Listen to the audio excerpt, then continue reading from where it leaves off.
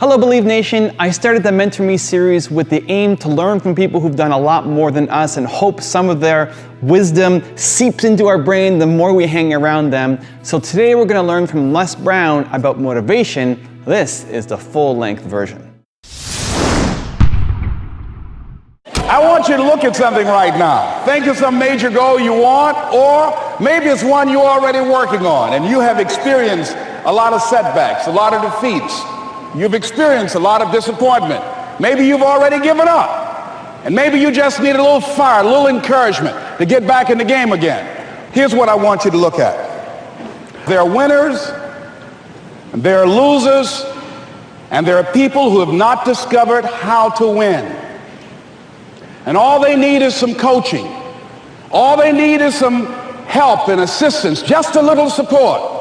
All they need is some insight or a different strategy, a plan of action to make some adjustments that will open up the key to a whole new future for them, that will give them access to the unlimited power that they have within themselves. That's all that they need. So what I want you to do is think about something you want for you, that's real for you, that's important for you, that will give your life some special meaning and power. And I don't even want you to say, I can do that. I don't want you to assume that. See, 5 years ago when I started out in this area, I would not have been able to make the mental leap that I would be up to where I am right now. I don't want you to begin to just psych yourself out. No. I want you to be able to say something to yourself that will enable you to maintain a level of integrity with yourself. That when you say this, even when you face tremendous setbacks, it will be a benchmark to keep you in the game, to keep you moving forward and experimenting and readjusting your strategy and your plan of action, continuously looking for ways to win. So what is that something? When you got an idea you want to move on, you might not have the money, you might not have the education, you might not have the support or the resources you need. What is that something that can keep us going, that will enable us to act on our dream? What's one of those keys that will begin to help us to discover the secrets to our dream? Here's what I want you to repeat after me, please, with power and conviction. Say, it's possible. It's possible. That's all I want you to do when you look at your dream. Just say to yourself every day, it's possible. Just say that every day to yourself, it's possible. Because what does that do? See, it begins to change your belief system. See, the way in which we operate, ladies and gentlemen, it's a manifestation of what we believe, what's possible for us. Whatever you've done up to this point, all that it really is a duplication, it's a reproduction of what you believe subconsciously that you deserve and what's possible for your life. Most people operate out of their personal history, out of their memory, things they've done, things they've experienced, things they've seen, things that they have observed. What I'm suggesting that you operate out of a larger vision of yourself. I want you to see yourself doing what you want to do, experiencing what you want to experience, having what you want to have, doing what it is that gives your life some meaning and value. Operate out of your imagination, not your memory. Because whenever you look at where you want to go, I'm wanting to warn you, you will have some conversation back here after you go through the data that you've experienced in life saying you can't do it. And so what you want to begin to do is ignore that inner conversation. Well, most people, ladies and gentlemen, when something happens to them, what they do is they begin to believe that that's the way it is. That's the way it's always been. And they can't see the possibility of it being any different. Example, before April 1954, the common belief, the universal belief, because it had been tried again and again and again, and people had failed, the belief was that man was not physically capable of breaking the 4-minute barrier, that he could not run a mile in less than 4 minutes. That was the belief on the planet. It had never been done. But here's what happened, ladies and gentlemen. Roger Bannister came along, and he broke the 4-minute barrier. Now here's what's significant about that. Since that time, up to this day, over 20,000 people have done it, including high school kids. What changed? 20,000 people, what changed? Here's what happened when they got on the track. They knew it had been done. And because they knew it had been done, there was a new belief about this barrier, about this goal that was unreachable. And those 20,000 people got in a race believing, knowing in their heart that someone had done it, that it's possible, that they could do it. And I'm saying that if you know anybody that had some goal, some dream, something they wanted to do, and they did it, then I'm saying that you know in your heart that if someone has done it, then you can do it. It's possible. And that if someone can make their dream become a reality, that it's possible that you can make your dream become reality.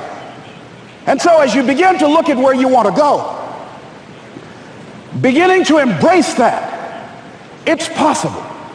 I'm blessed and highly favored. I've got a lot going for me. I got some good stuff in me.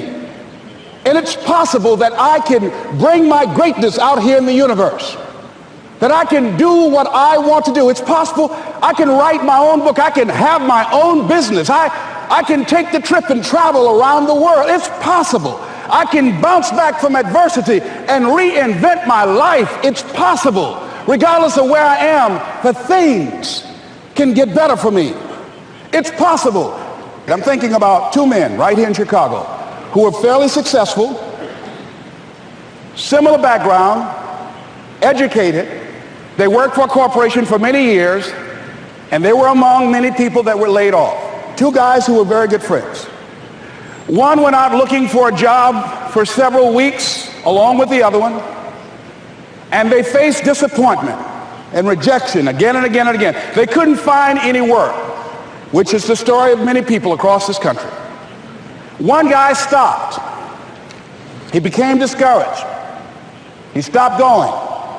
He stayed home looking at television, became very argumentative and toxic with his wife, drinking beer, getting on the phone, talking to his other negative, unemployed friends. And he just gave up. The other guy kept looking for a job everywhere he could go. Every time he could get an opportunity, kept asking people, networking, checking the newspapers every day, kept going everywhere he could, trying to find a job. You have too much education. You're overqualified. You won't be here long enough. He kept going. He kept going. He went to a place and said, look here, I tell you what, if you can't hire me, and I know you can use my talents, abilities, and skills, I don't want to sit home and do nothing. Just let me do some volunteer work. You don't have to give me anything, all right? I just want to work. I want to be busy. Guy said, okay, it's on you now, but don't expect me to give you anything. It's okay. This guy came in and worked. He was the first one there. The last one to leave was the best employee there. About 4 weeks later, one of the top managers quit. They were looking for a replacement. Guess who they selected? This other guy. This guy who was volunteering his time.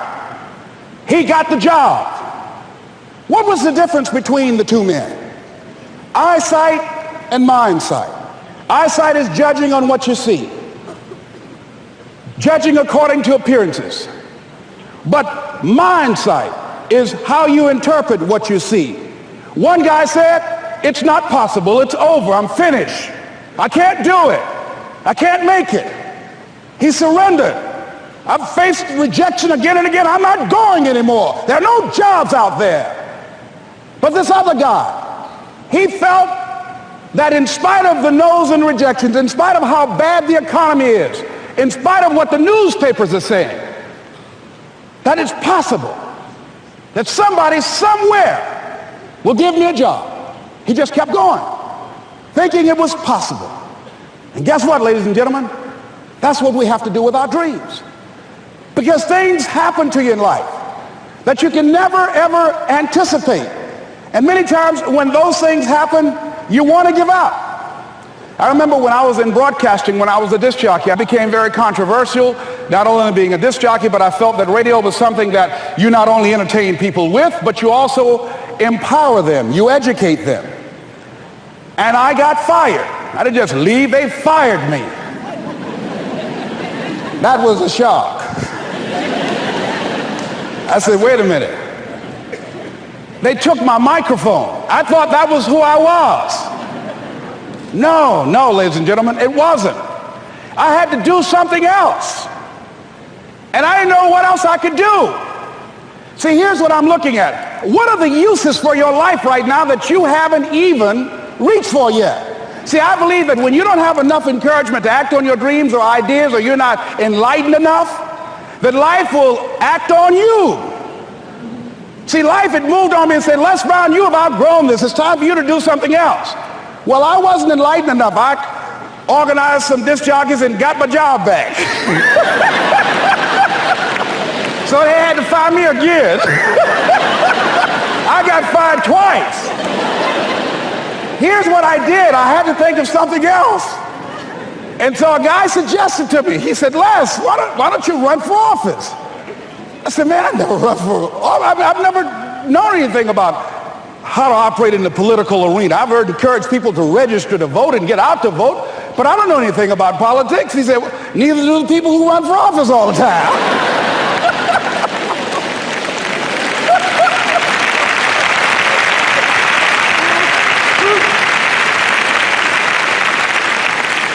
So I ran. Now here's what I'm suggesting. I ran. You got to do what you can where you are with what you have. I didn't have any money.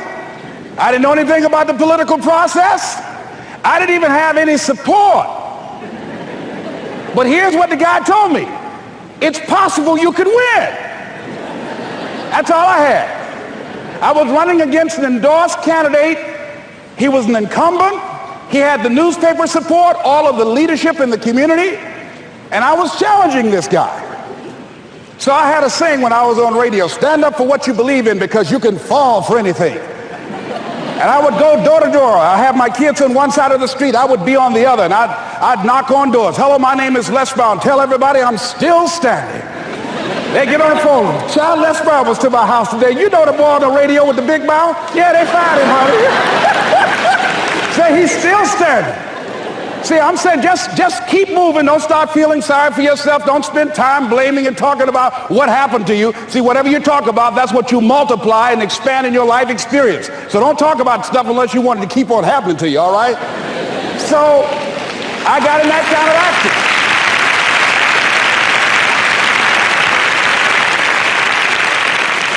As I continue to do that, had my children with me, we're going door to door, didn't have enough money. Eventually, we got close to the election and something happened that really surprised me. Guys who I thought were going to either support me or stay out of it, various powerful community leaders, they became involved in it and they endorsed my opponent. I felt devastated. Now that's going to happen to you when you're working on your dream. Things are going to happen that's going to catch you on the blind side. That was shocking to me. They didn't have to do that. All they had to do was just stay out of it. But here they go, come up in there messing with me. Now that's going to happen. There's some people who believe it's their personal business to stop you from living your dream, all right?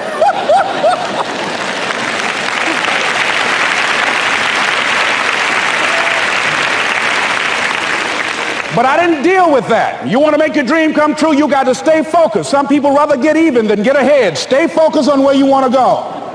I just kept on doing what I was supposed to do. And so I was driving to the radio station. My opponent had over $20,000. I had less than $800. As I was in the radio station, the guy said, "You're going to make a commercial?" I said, "Yes." He said, "It better be a good one because that money can't go pretty far here." And I sat there in the middle control room and I was thinking. And here's what happens when you get still. Stuff will start coming. Something said, call your mama. You used to talk about your mother on the air all the time. Ask her to say a few words for you. That'll be a different kind of political spot. So I called my mama. And I had a gospel record playing in the background.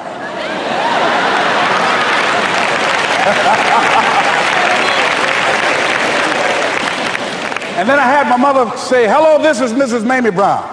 When I raised my sons, I raised them to be good children. When they got out of hand, I beat their behind and made them go right. Please vote for my son. He's a good boy."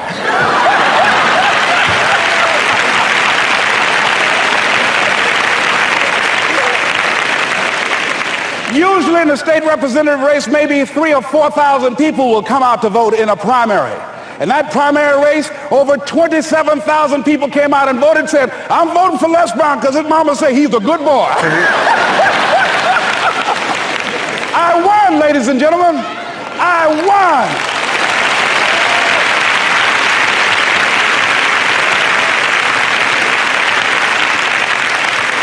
So you've got to be willing to stay focused, to be creative, to be relentless, because things are going to happen to you when you're working on your dream, when you get on track. I remember when I first got involved in speaking, one of the main things that speakers like to do is speak to a certain association that they have over 10,000 of their sales reps that come to this convention. And I was relentless. I kept saying, it's possible. It's possible. See, what I want to let you know and set you up for, because you say it's possible, don't mean that you're not going to have any problems. That Murphy's Law ain't going to come and slap you side the head. Oh, Murphy going to come visit you. He's waiting for some of y'all out in the parking lot. Oh, you say it's possible. Okay, it's possible. You better get up. Well, I was working. I kept saying it's possible. They got other speakers on this program. I can be on that program too. I kept selling myself. I got all fired up. And I was calling them every day. And the lady finally said, Mr. Brown, I tell you what, we want you to come in and talk to our sales executives. You got the kind of fire and guts that they want, that will motivate them. And let me tell you something else. We want you to bring your motivational tapes. You're going to need at least $50,000 worth of tapes. I said, is that right? Yes, because they want to keep that drive alive. I said, all right. I called the guy to duplicate my tapes. I said, Don, how you doing? This is Les. Let me tell you, I got a major speaking engagement. I said, man, it's a speaker's dream. I need over $50,000 worth of product. He said, Les, you don't have that kind of credit. I said, I know, but Don, I can sell that. Just right after speaking engagement, I'll give you your money in 4 days. He said, are you sure, Les? I said, yes, but I got a major speaking engagement, and they told me to do it. He said, man, that's a big order. Let me talk with the lady with you. I said, hold on just a minute, man. Call the lady back. Hello, Evelyn, how you doing? This is Les Brown. I got Don on the phone. What did you say? Do I have the speaking engagement? Yes, you do. And what else you suggest? Les, our people, they buy a lot of tapes. Your tapes are very popular among them. I'm saying bring at least $50,000 worth of tapes, Les. You'll sell everything you got and more. I said, did you hear that, Don? He said, yes. I said, now, if anybody else has to make a decision, are you the final person? She said, I'm the final person. I will send you the contract. I want you. I said, you hear that, Don? He said, yes. I said, oh, ye of little faith. I said, duplicate the tapes, man. Hung the phone up. Well, he duplicated the tapes. 1 week came by. I'm checking the mail every day. No contract. I said, come on, Murphy, don't start nothing, man. Come on. Come on, man, give me a break. Come on, you know, this ain't fair. Come on, man. Give your boy a break. Come on. I talked to myself, you know. I didn't want to call him right now. 2 weeks passed by. Murphy said, don't you think you ought to call him? I said, okay. I called. I said, hello, this is Les Brown calling. How you doing, Les? I said, fine. I said, Evelyn hasn't sent my contract out yet. Any additional information you need? So, Les, you haven't heard? I said, no. I said, Evelyn died. I said, she died? I said, did she say anything about me?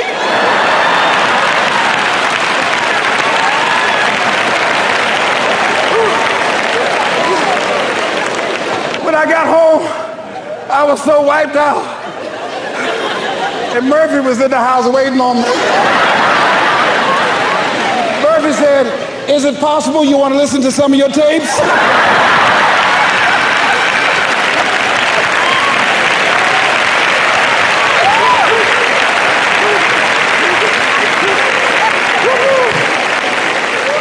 But ladies and gentlemen, here's what I had to do. I had to begin to focus on what was the solution. That this was not the only place that I'll be able to sell those products. And as I began to challenge myself and got some help and support and some other input, I eventually did. It took longer, but it was challenging. I was riding with a friend the other day, and I know this friend of mine who has been working on a job where she's been miserable for a long time. She was telling me about how she was miserable on the job and how she was so unhappy. So I said, if it's that stressful and if it's causing you that much pain, I say, why don't you just quit and do something else? And she said something that really put her in the chorus line with a lot of other people. She said, I would, but. And then I started thinking about that. I said, let me take a poll. So I started talking to other people, and I would ask them what they were doing. And I said, but is that your passion? And they would say no. I said, then what's your real passion? And they would tell me what their real passion was. Then I said, well, then why aren't you doing what you really want to do? Oh, I can do it, but. And they would continue on. So this word, but just kept on coming up. And then it also has some friends like woulda and coulda and shoulda. And one day I'm going to have my own business. Those people who talk about one day I'm gonna. Some of y'all know some of those one day I'm gonna people. Raise your hand.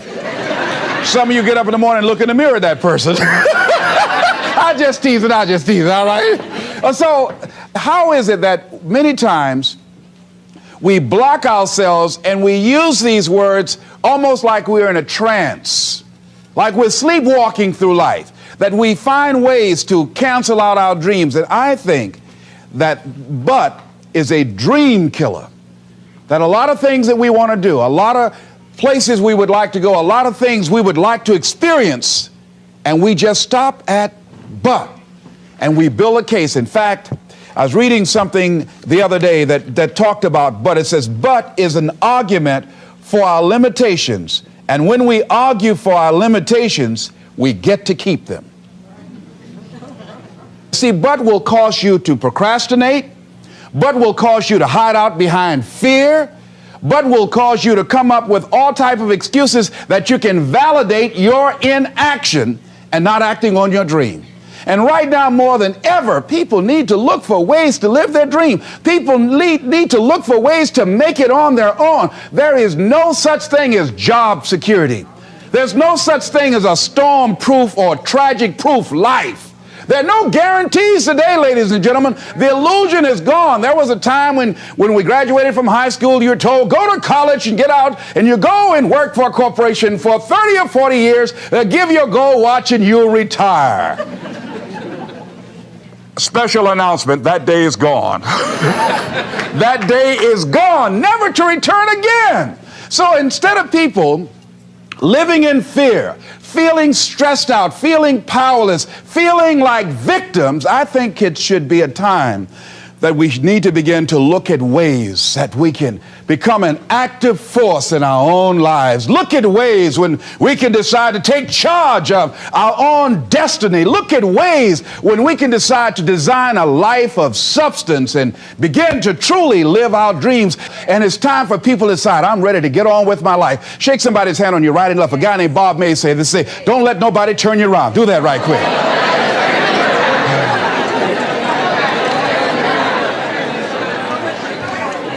Now, a lot of people say, I'm going to live my life one day when things get right. When I get all my bills paid. When I get my feet on the ground. I say, what have you been walking on? See, there are no problem-free moments. A guy named Dimples had a record one time called, If It Ain't One Thing, It's Another. And I say, if it ain't one thing, it's 12 others. Always something there to build a case on why you can't move on, why you can't grow to the next level, why you can't begin to manifest your greatness, why you can't begin to live life on your terms. Always something there to block you, to keep you where you are, and keep you from beginning to develop your true greatness. Always some fear. How do we handle it? And I'm saying that if you've been hiding out behind but, if you've been using the fact that you don't have enough money or you don't have the education, take it head on. Go get the education. I was saying to a guy the other day who was saying, I said, how old are you? He says, 47 years old. I said, your sister tell me that you can't read. He said, that's right. I said, why? Well, I didn't go to school. I said, excuse me, how old are you? 47. 47? Yes. And you can't read or write? Yes. Have you ever heard of adult school, adult education? Have you decided that you should learn how to read to begin to expand your world? Why are you using that as a racket? Why don't you decide now that you're going to expand your world, that if other people can learn, you could learn too? Well, it's hard for me. Have you been and sit in a class yet? Have you signed up yet? No, I haven't. See, a lot of people say no, ladies and gentlemen, to things, and they don't even know what they're saying no to. They haven't even challenged themselves. He hasn't even gone to sit into a class and say, teach me how to read. Instead, it's been easier for him to go through life, he thinks, trying to play a whole con game, pretending he knows how to do something that he doesn't know how to do. And you know what? Most of us go through life like that. Most of us go through life pretending that we're satisfied where we are, pretending that everything is okay, pretending that we don't have any special goals or ambitions or desires, when really deep down inside we do really want more. But if you look at our behavior, if you judge based upon what we do, that really will tell you some true stories about people, because you have to judge a tree by the fruit it bears, not the fruit that it talks about. See, a lot of people pretend that they want more out of life, but all you have to do is watch their actions. That will tell you something. So I used to pretend that I wanted to lose weight, but how could you tell I was pretending? Watch me when I have a piece of sweet potato pie.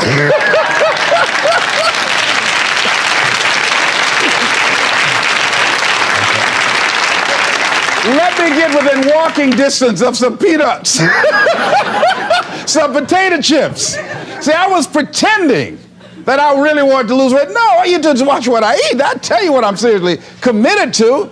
People will tell you, oh yeah, one day I want to have a restaurant. See, they're pretending they want to go into business for themselves. They're not serious. How can you tell, Les? Watch their actions. Watch what they're doing.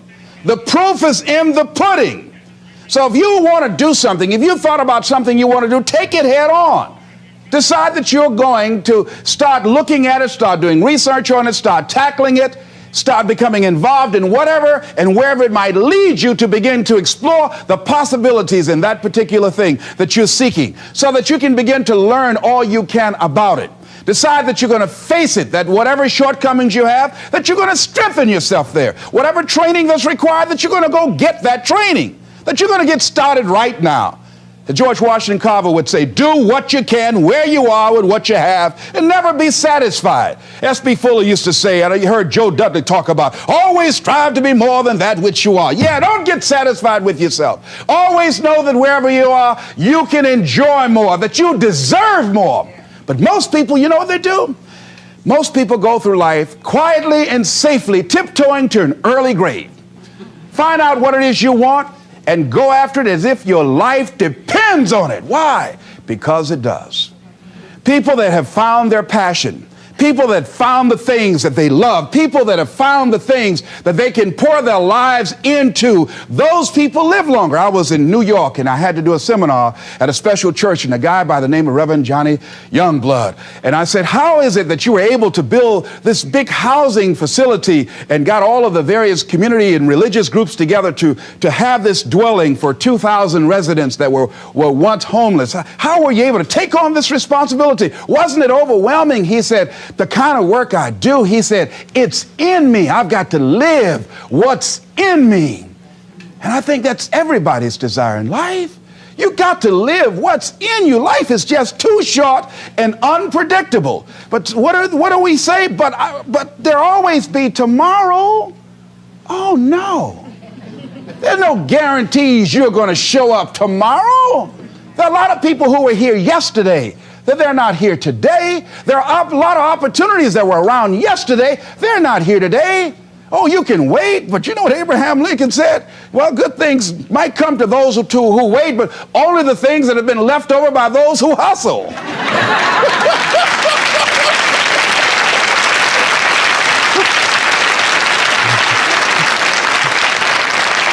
So who want to go through life picking up leftovers? You deserve much more than that. The leftovers that somebody has left you. So take it head on, begin to explore it. Here's something else. decide to do it now. Decide whatever you want to do, that you are now going to become actively involved right now, exploring the possibilities for you. That you're going to look at it and do just a little bit of it right now. When I decided to become a speaker, I didn't just quit my job and just ran out and say, I'm a motivational speaker. No. What I did was I decided to start looking at other people that were involved in the speaking profession. I volunteered to work with some speakers so that I could learn. Whatever you want to do, get your feet wet. Gain some experience doing some volunteer work in the area and find out whether or not this thing you want to do will fit for you. A friend of mine told me he wanted to have a restaurant. I said, have you ever operated a restaurant before? He said, no. I said, well, really, you don't even know if you want one. I said, what's your expertise? What do you bring to the table? He said, I can cook real good. I said, well, what about the management side? What about the business part of the restaurant? You're not going to be cooking all the time. Somebody's got to receive the money. Who's going to manage the personnel? He said, you got it right. You got a point there. So this guy got a job in a restaurant in the evening time on a part-time basis. After doing that for a while, he said, you know what? I think I just want to be a chef. He said after working there, people didn't show up to work. He said it's hard to find the help. People weren't responsible. The headaches, the guests were just giving him problems day in and day out. They weren't ever satisfied. He said, no, I just think I'll stick to cooking. See, you got to find out what fits for you. Because you might decide that after you go up in there and examine it and experience it and get some experience under your belt on it, well, you say, this is really not what I want. This does not fit for me. So decide that you're going to do that. Now, John H. Johnson said something that's very important. He said, there's no defense against an excellence that meets a pressing public need. See, whatever you decide to do, look at it and find out what is it that I have that I could bring to the table that can begin to enable me to ensure that I could be successful in this. Where is the opening for you? There's room for you out here in the arena called life. There's room for you to come out and live your dream. Don't allow but to keep you in the corner or keep you up in the bleachers looking at life, being a spectator, not being a participant, making a difference in life. I believe that all of us came here with something. All of us showed up to give something, and that nobody's going to give that service that you have to give. No one's going to produce your product. No one's going to write your book. No one's going to open your academy. No one's going to begin to create your daycare with a special curriculum to help to cultivate the high self-esteem in our children. That's your idea. And if you don't bring your idea out here, when you die, all of us will suffer because we've been deprived of your genius because you allowed but to keep you in the bleachers and not pursuing your greatness. You take it to your grave with you. And that's what most people do. I think that's why the guy said that many people die at age 21 and don't get buried until they're 65. They're walking dead. You can tell them by the way they walk. How they look in the face when they speak to you. I was giving a speech at this high school, and a lady came after school. She said, Mr. Brown, I want to talk to you about my son. I said, what is it? She said, he's not motivated. I said, I wonder why.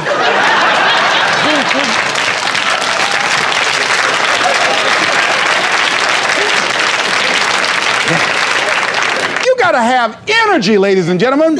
You got to have life. If you're excited about what you're doing, even in the area of selling, you know people don't buy because of logical reasoning. People buy because of your way of feeling. People don't like to be around dead people. No, let the dead bury the dead. No, keep them away from you before they grab you and want to hold on to you. So the fact that whatever you do, you want to be excited about it. You want to have the kind of excitement that is so contagious that people want to be around you. Because whatever you're doing, whatever you talk to people about, this particular idea that you have, they're looking at you and they want to know, do you believe it? And are you the kind of person they want to be in business with? And if you're not positive, if you're not energetic, if you're not fired up about it, how can you expect anybody else to be fired up about your idea? Am I right? All right, repeat out to me, please. I'm going to be fired up about my dream. I'm going to go at it with everything I got. Shake somebody's hand on your right and left and say, you got what it takes.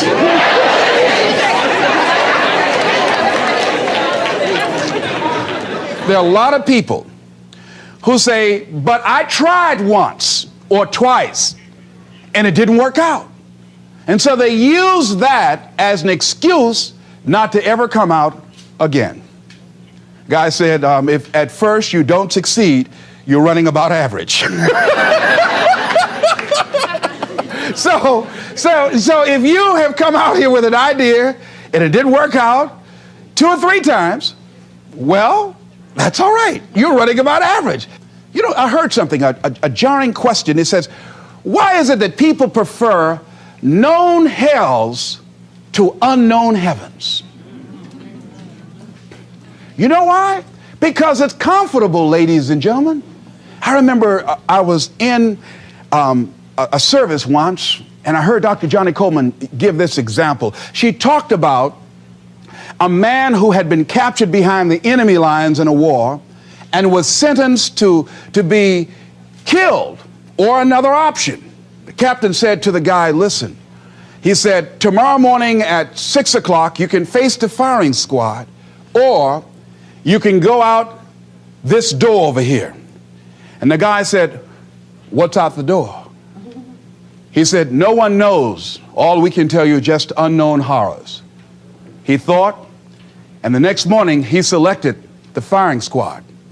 After the shots rang out, the captain's secretary said, what's beyond that door? And he said, freedom. But very few people would select to do it because it's unknown. See, a lot of people never live their dreams. A lot of people never do the things they want to do. A lot of people stay on jobs where they're miserable. I read an article called, Is Your Job Making You Sick? A lot of people, some of y'all know about that already here. So go on and say amen, it's all right.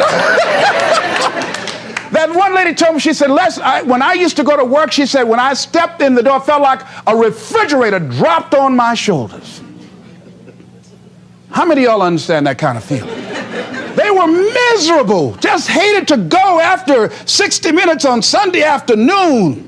Or come Monday morning, my head used to throb. I just couldn't take it. Didn't want to go sometimes just for the heck of it. I just drive on by.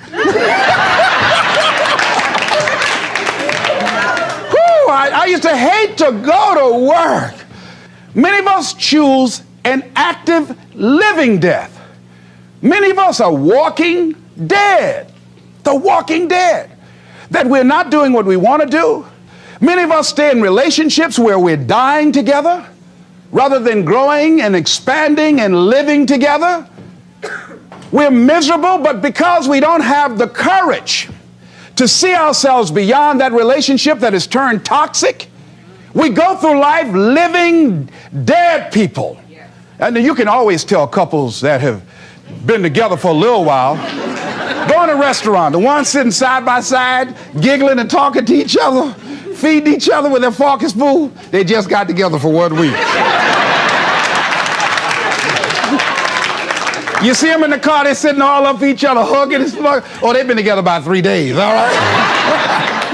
But if you see people sitting in a restaurant, see a couple, and they're sitting in front of each other. Takes so long for this food, I wonder when they're going to hurry up. Those are the married ones.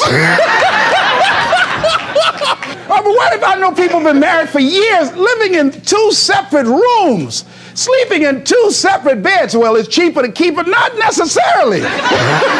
It's according to the price you want to pay. See, the price of peace of mind, the price of living the truth, of being honest with yourself and say, wait a minute, it's got to be more than this. So you've got to decide, wait. Even if things don't work out, even if I experience defeat or failure, that does not make me a failure. It's a difference between failing and being a failure. If things don't work out, if you don't produce the results you want, that's all. But don't confuse who you are with the results that you produce.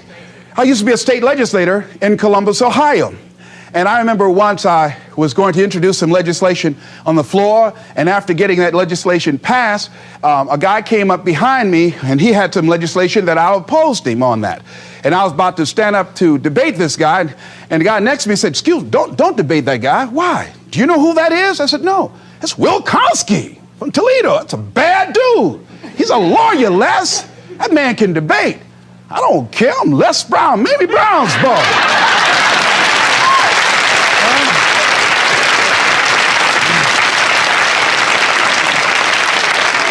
So I raised my hand. "Mr. Speaker," he said, "the gentleman from the 29th House District?" I said, "Yes, sir. To tell the gentleman I'd like to take him on.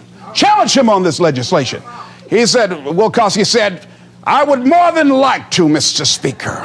Everybody would say, "Whoa." I asked him some questions. He responded. I say, I wonder why I asked that man that question. Will Kosky wore me out. I mean, I was so embarrassed, I just limped back to my room with my yes, I can attitude. However, here's what I learned. When you win, see, if I win a debate, I win because of what I know. When I lose because what I don't know.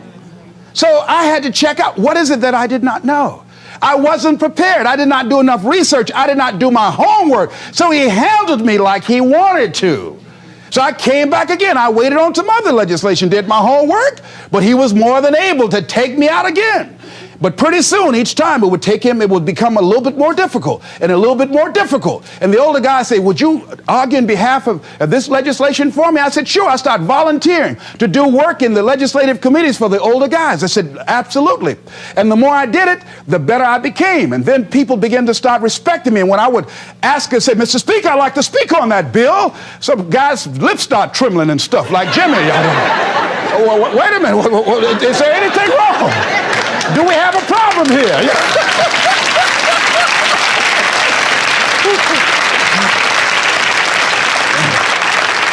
But if I wasn't willing to be humiliated, if I wasn't willing to allow myself to be embarrassed, if I wasn't willing to be debated and defeated, if I wasn't willing to look at it and say, "Well, I'm just not good as I'm going to be." You know what that lady say? "Lord, I ain't what I want to be, ain't what I'm going to be, but thank God I sure ain't what I was." You can either live your dreams or live your fears. And I think the majority of people actually are not living their dreams, but are living their fears. So I want to ask you a question. What are your fears? What are you afraid of? What are you scared of? Because we all have fears, don't we? We all have something that's blocking us, that's holding us back.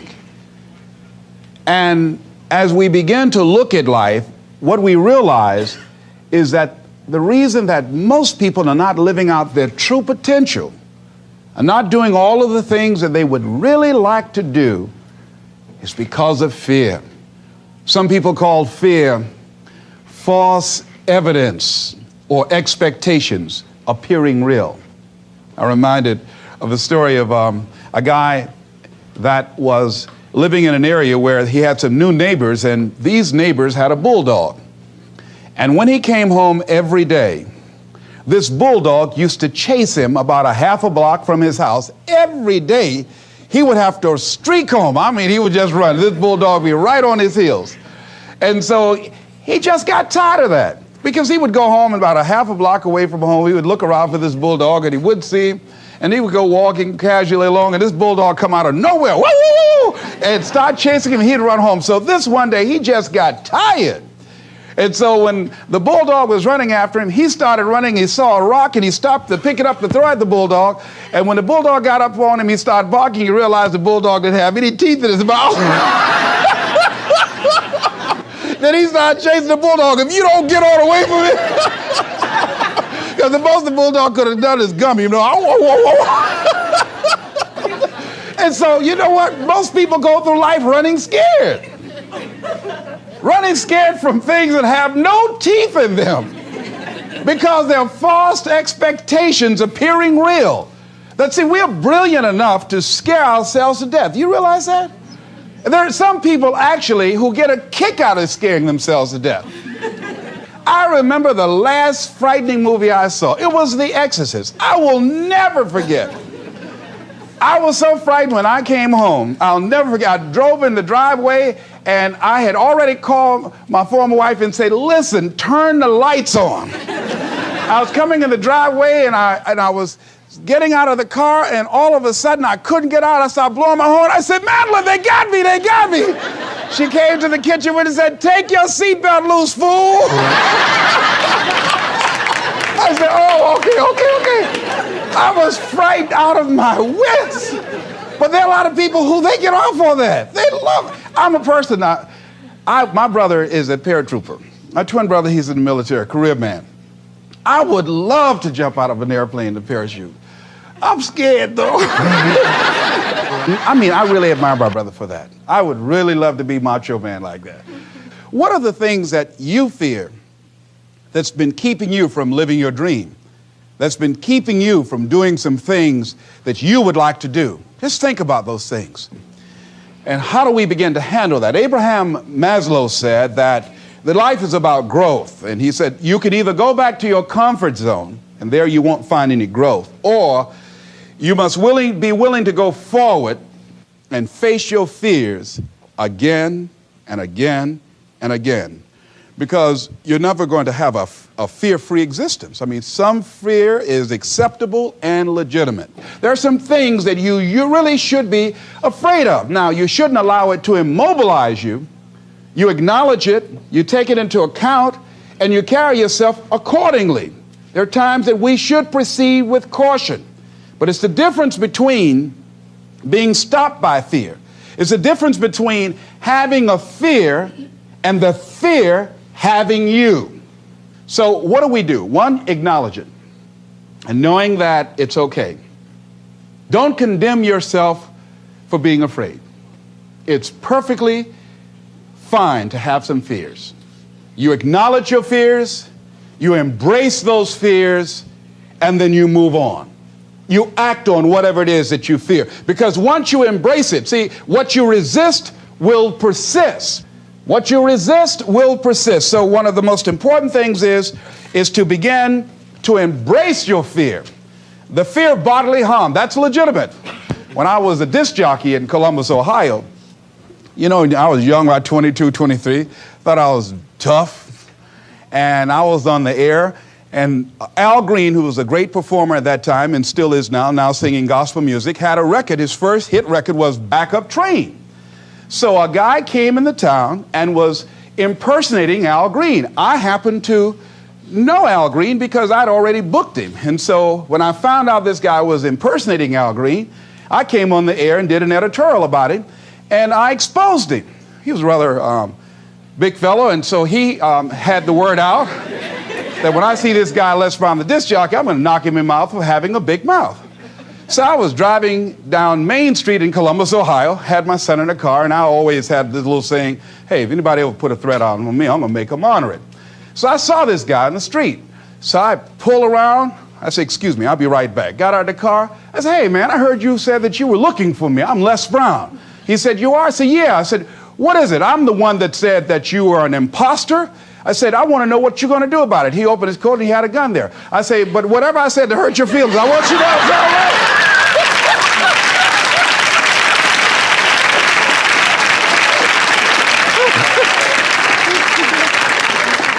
Acknowledge your fears, carry yourself accordingly,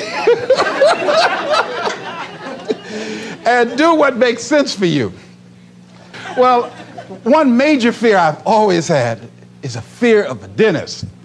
And this fear had me. I didn't have that fear. And what really reinforced it, you got to watch things that can feed your fear. I saw a movie that most people would not remember.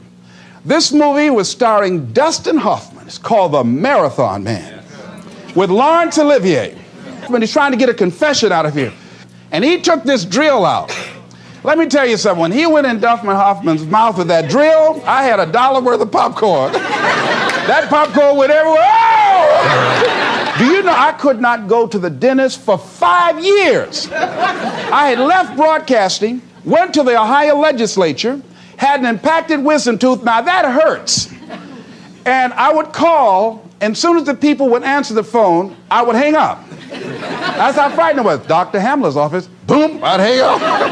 Then I got to the point where I could just ask for an appointment. Hello? And I wouldn't give my real name. Because I knew I wasn't going to keep it. I'd give anybody's name, Joe Jiggly Jim, it didn't matter. Then pretty soon I got to the point where I could give my name. It was about 4 years after that, you know. I said, my name is Les Brown. Then I would call back and say, look here, due to my legislative agenda, I won't be able to make it. So the lady finally said on the phone, she said, you're scared, aren't you? I said, no, I'm not. She said, then why don't you come in? I said, that's none of your business. She said, you're not coming in because you're scared. I wish you just would not waste our time. And she hung up. I said, you have no right to do that to people like me, you know? So finally, to make it long and short of it, I was hurting so bad, I said, wait a minute, I've got to do something.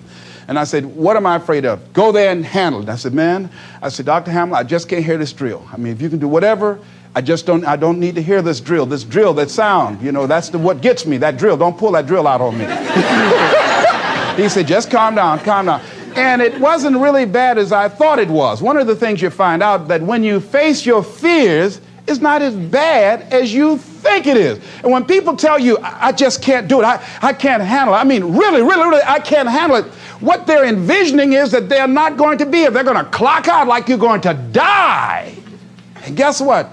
We all had occasions when we confronted our fears, we had to do something we felt uncomfortable with, we didn't want to do it, and we did not die. They didn't come take us and put us in a box somewhere. Am I right? So what we've got to begin to do, how do we handle that? What's the process? Because it's all up in here. One, I think, is imagine the worst case scenario. I just imagine that he went in my mouth and with this drill, and that I just croaked out. Then I imagine, that's the worst case scenario. Then I had another technique I used. Visualize yourself being more than able and capable of handling it. And I used to have a tremendous inferiority complex about speaking before people that I felt who had more going for them than I did. Because I'm not college trained, I used to feel that college people were the most intelligent people on the planet. And there was nothing I had to say for them. And what will they listen to me for? That's the way I felt. And so I had to visualize myself speaking before them, speaking before various audiences that had more going for them than I did, and realize and appreciate my own value, and that I was a worthwhile person, even though I didn't have all going for me. I didn't have the money, I didn't have the education that they had. So part of the process is seeing yourself, being worthy, being capable, having what you need to make you a worthwhile person, and that you're more than able, and that you deserve to be listened to, or you deserve to have that dream and that passion and whatever it is that you see and envision there. You've got to see it in your mind's eye and know that you've got what it takes. Repeat after me, please. I must see in my mind's eye. See myself. Confronting my fears. Handling my fears. I'm more than able. Shake somebody's hand on your right and left and say, you got the right stuff.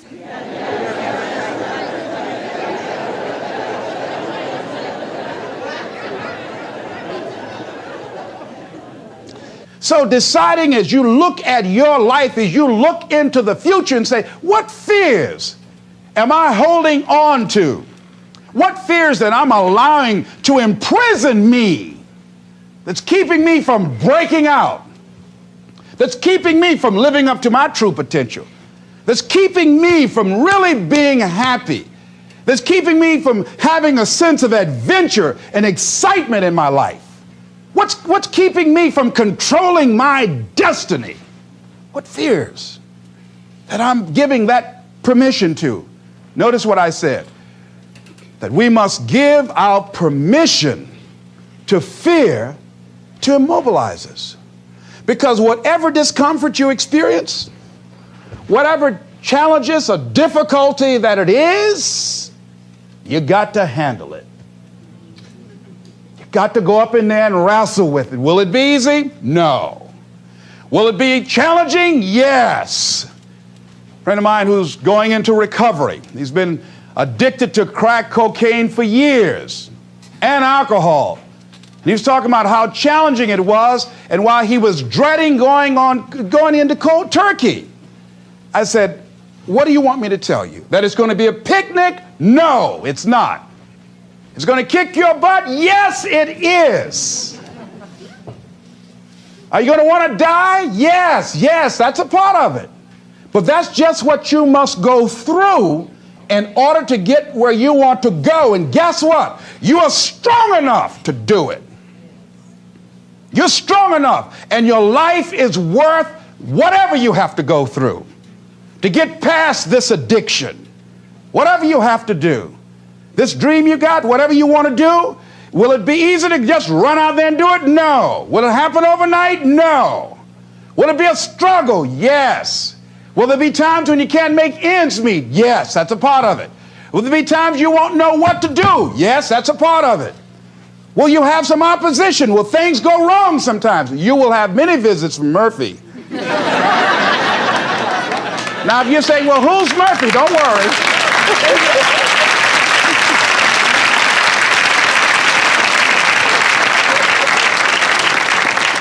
Somebody must have told us someplace along the line, I don't know where, but somebody must have told people, oh, life is going to be real easy. No. If they told you that, I've got a special announcement. They lied.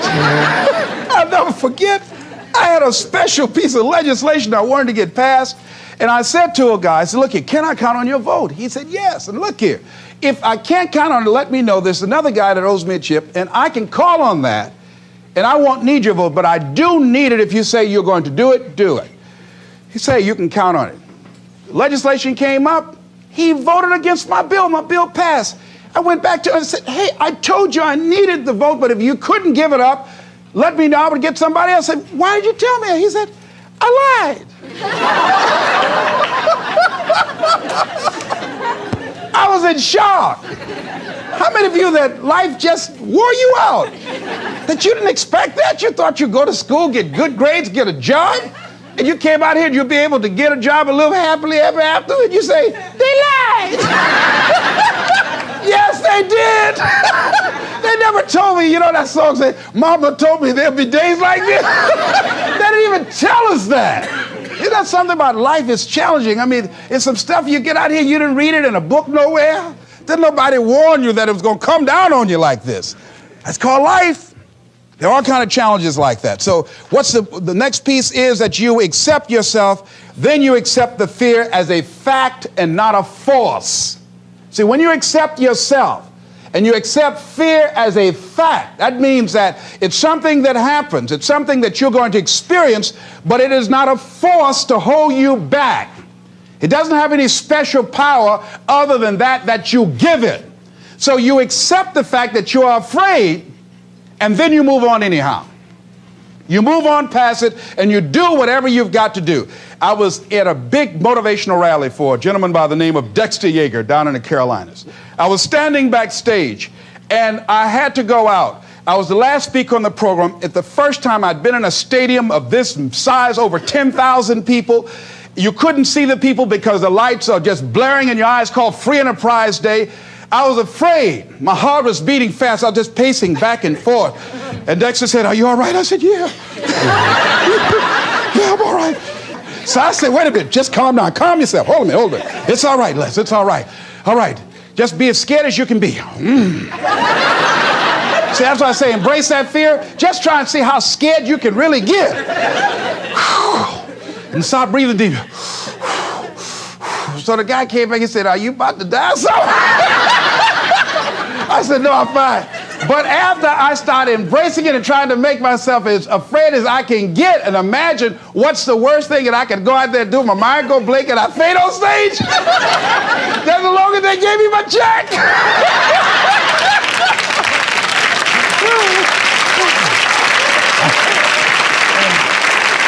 But once I started laughing at myself, I started talking to myself. I said, you know you scared today?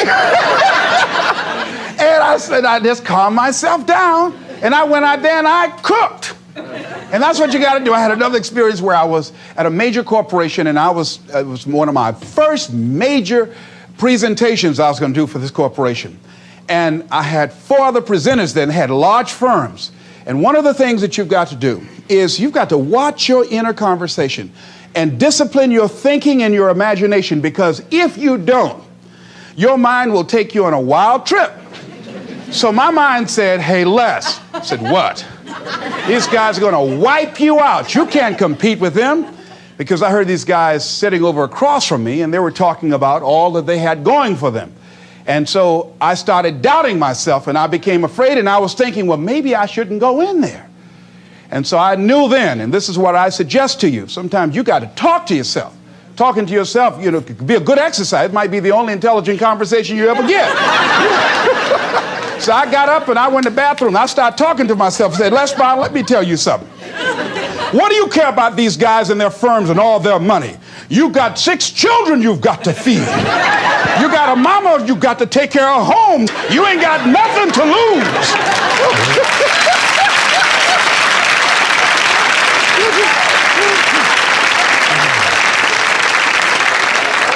I went in that room and looked at those people. I said, don't you do nothing till you hear from me. And I got that contract too. You got to do it. So when you have your lower self talking to you, telling you what you can't do, part of what you've got to do is be your own motivator. And you can't talk casually to yourself. You can't stand around and say, now, you must calm down now. No, that subconscious mind won't hear that. You've got to have a good conversation to yourself. Hey, and answer yourself too. Don't pay these people any attention. You answer yourself. Hey, what you gonna do? I'm going there and get off. All right, very good. Go in there and take care of business. You've got to talk to yourself, and you build yourself up, and you'll feel your energy level coming up, and people will feel that around you. See, now, if you go through life being afraid, people can sense that. They can pick up that fear. So that's why you've got to stand up inside yourself. I'm reminded of the little boy that was on a bus, and some bigger fellows were picking at him, you know? And so he wanted to move from by them. They were thumping him on the head. And so he stood up just to get from by them, and they would push him back down. And he would stand up again. They push him back down. And he stood up again. They pushed him down, held him down. He said, you might hold me down, but I'm standing up inside myself. And that's what you got to do in life. See, when you are not filling your life with the things that you are capable of doing, see, we all have some stuff that we've been given. And I don't think that it's optional for us to sit on what we have. See, if you're sitting on what you have, what you've been given, and I think everybody's been given something to bring to the planet, that only you can do that, only you can perform that, only you can initiate that activity. And if you don't do that, if you're not filling in your life with your life work or your mission, then there are gaps in your life. And what we do when we're not living out our true identity, we begin to fill the gaps. We fill the holes with garbage, alcohol, drugs, worry, self-destructive behavior. So when you begin to look at your life, and you know that you're not doing what you can do because you have allowed yourself to be held captive by your fears.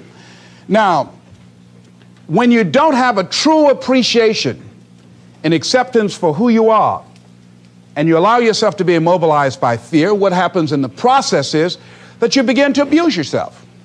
You begin to sabotage your life. You begin to sabotage your dreams.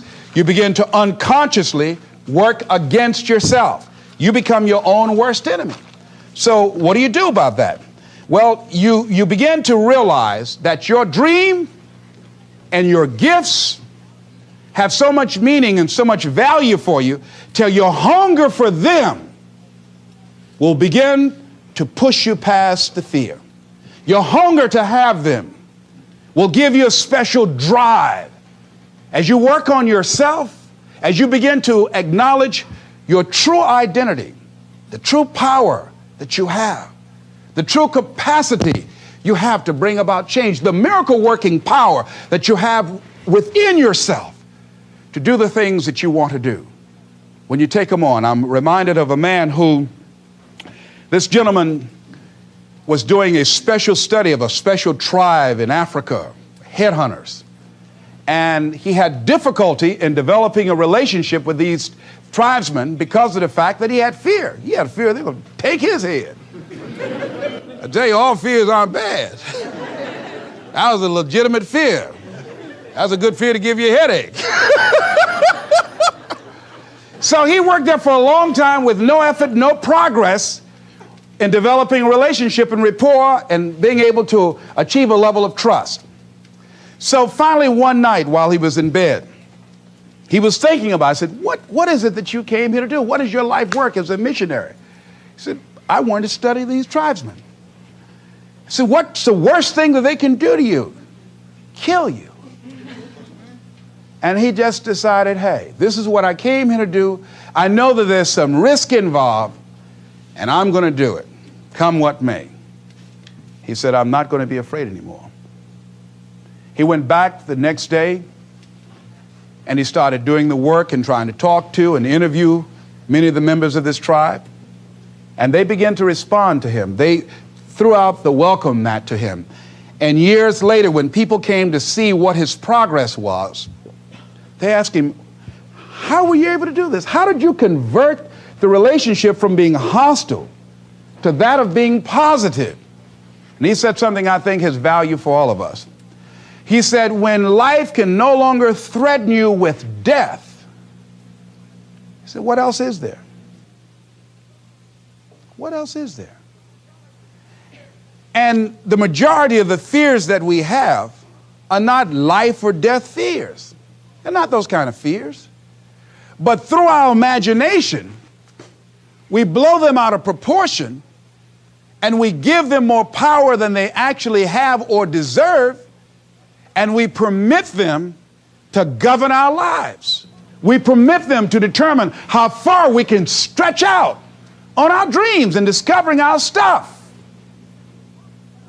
And as we begin to look at ourselves and begin to, wait a minute, just getting to the point as you assess yourself and begin to prove yourself and just say, wait, hold a minute. I've been sweating this out. What's the worst thing that can happen to me on this? Will it kill me? Will I die? Why am I going through all of these changes over this? How much power does this really have? And am I the one that's feeding the power into it? See, a lot of times we allow ourselves to be fed and to be programmed into being afraid. I mean, you watch the news and read the newspaper, you'll be scared to come out the house. Am I right? You'll be afraid. So what kinds of things, what kinds of thoughts are you feeding your consciousness? What kind of things are you putting in your mind that will enable you to either move forward or to justify why you're staying where you are? Another piece that I look at, that when I finally decided that I was going to go to the dentist, the pain was so great. I couldn't hold out any longer. All of a sudden, the fear didn't matter. I can't but take me. Now, some people need fear, you know. I have a friend that we told him, hey, man, you know, you need to lose some weight. You're getting overweight and out of shape, and at our age, we need to have a regular program. And Bud said, man, I've been fat since I was a little boy. I'm big bone. I've never seen a fat skeleton, though. You know? Well, Bud became ill. How many of you ever seen a fat skeleton? Raise your hand. I know, all right. Bud became ill, passed out, and I was there, and the doctor was talking to him. And Bud, I think, was going to go right back to same old eating habits and doing everything. You know, he said, look here, you are a diabetic. He said, now, here's some of the side effects. You know, you could go blind, you can become an amputee. None of that touched him. He said, you can become impotent. He said, what did you say? Bud has lost weight. He exercises every day. He's into body sculpturing. 48 years young. He looks great. I can't believe it. But just that one statement made all the difference in the world. Bud is a new man today. So what is it that has to happen to you? Some people don't take corrective measures to improve their health until they get a pronouncement that they're about to die. then they'll start, okay, all right, I'm ready to do whatever you want me to do. But they won't do that. They can see people drop it off like flies around them. Well, that's them. You got to go from something. We go through life really blocking ourselves constantly. And fear is one of the greatest instruments that we could use to stifle our true potential. When you begin to look at your life, you can decide to use fear as a blocker, or you can decide to use it as building blocks. That you decide, hey, look here, I'm going to move in this direction. I'm not going to allow anything to stop me from doing what I want to do. Shake somebody's hand on your right and left and say, I'm unstoppable.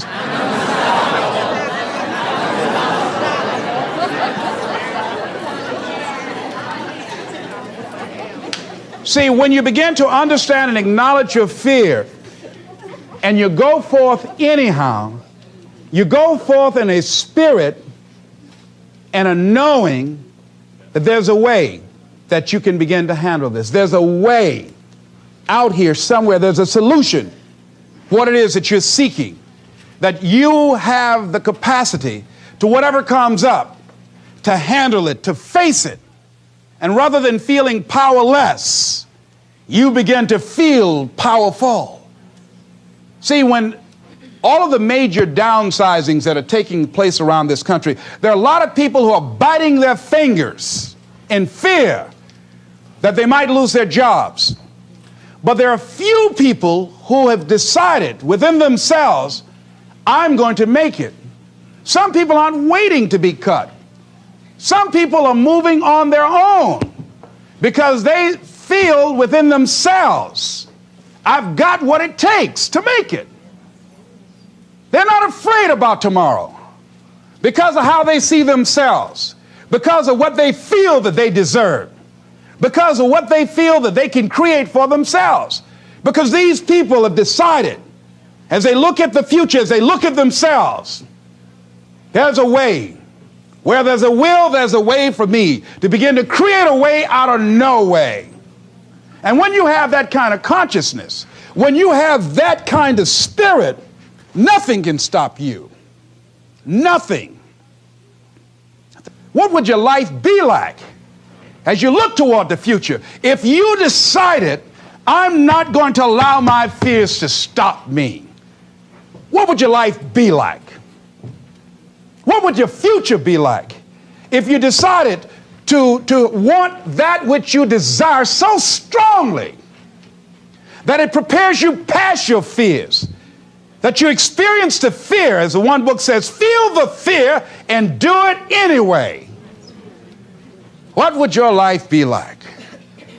And I'm saying to you that all of us who have been entombed by fear have the capacity to resurrect ourselves and to resurrect our dreams. All of us have the capacity to do that.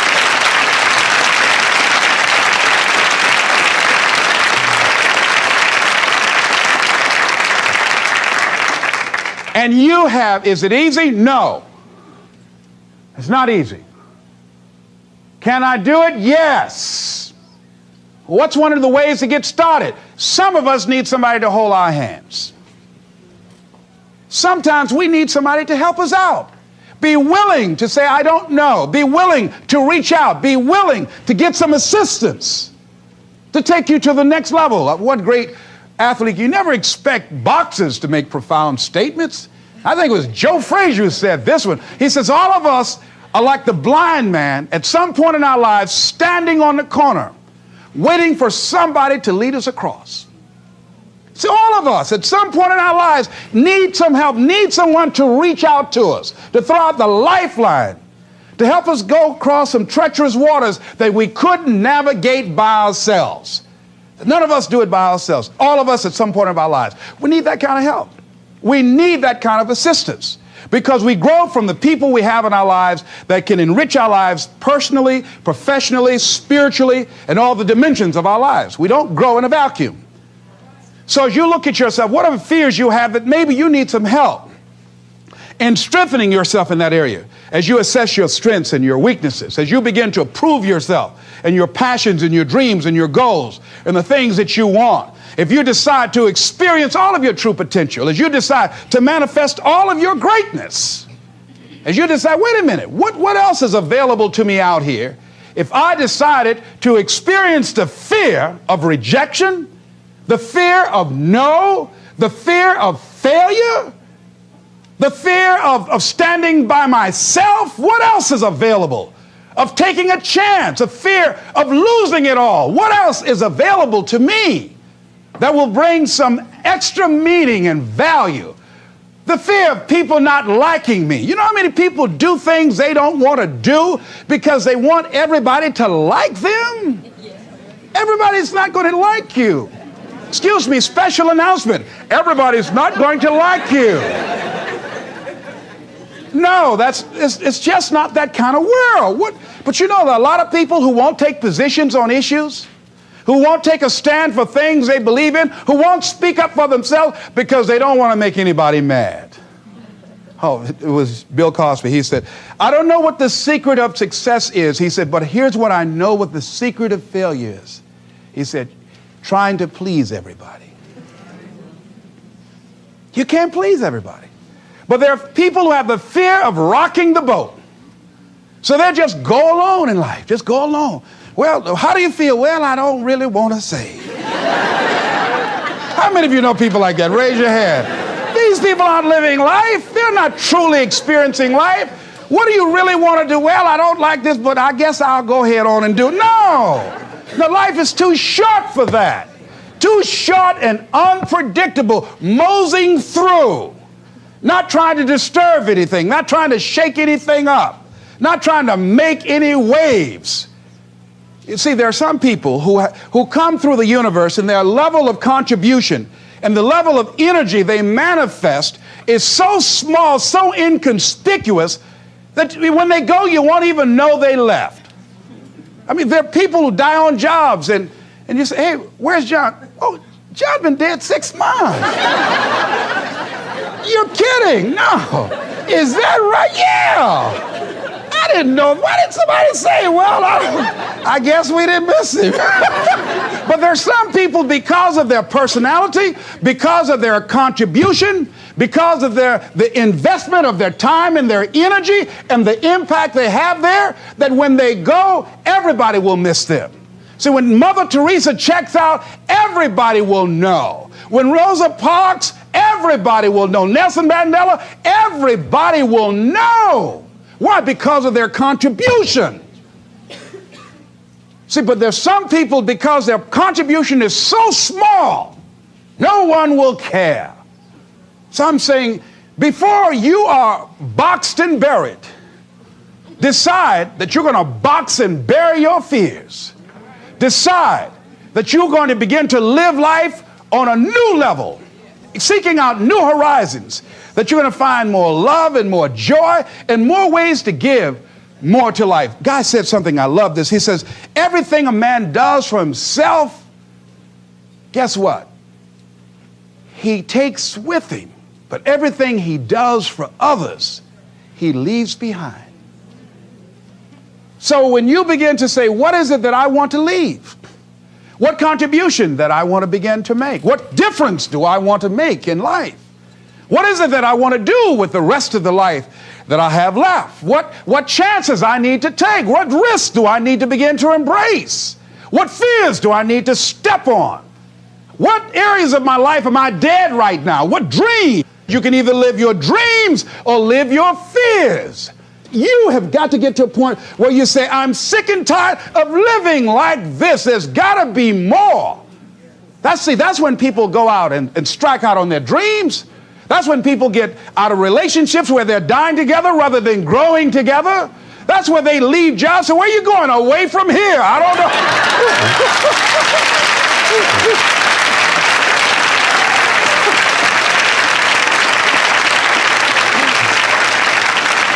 Do you have another job? No, I don't. How are you going to make it? I don't know, but I will.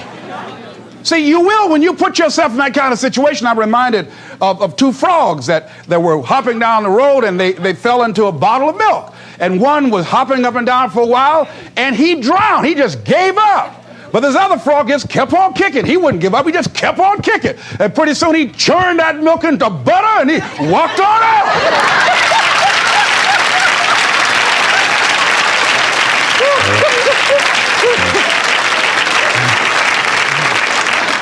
I'm saying when life catches you by the neck and blind slap you, whap and knock you down, I said just keep on kicking, you know, and you can kick on out of those circumstances, whatever they are, not be intimidated by them. Most people are not accumulating wealth. Most people are living in poverty.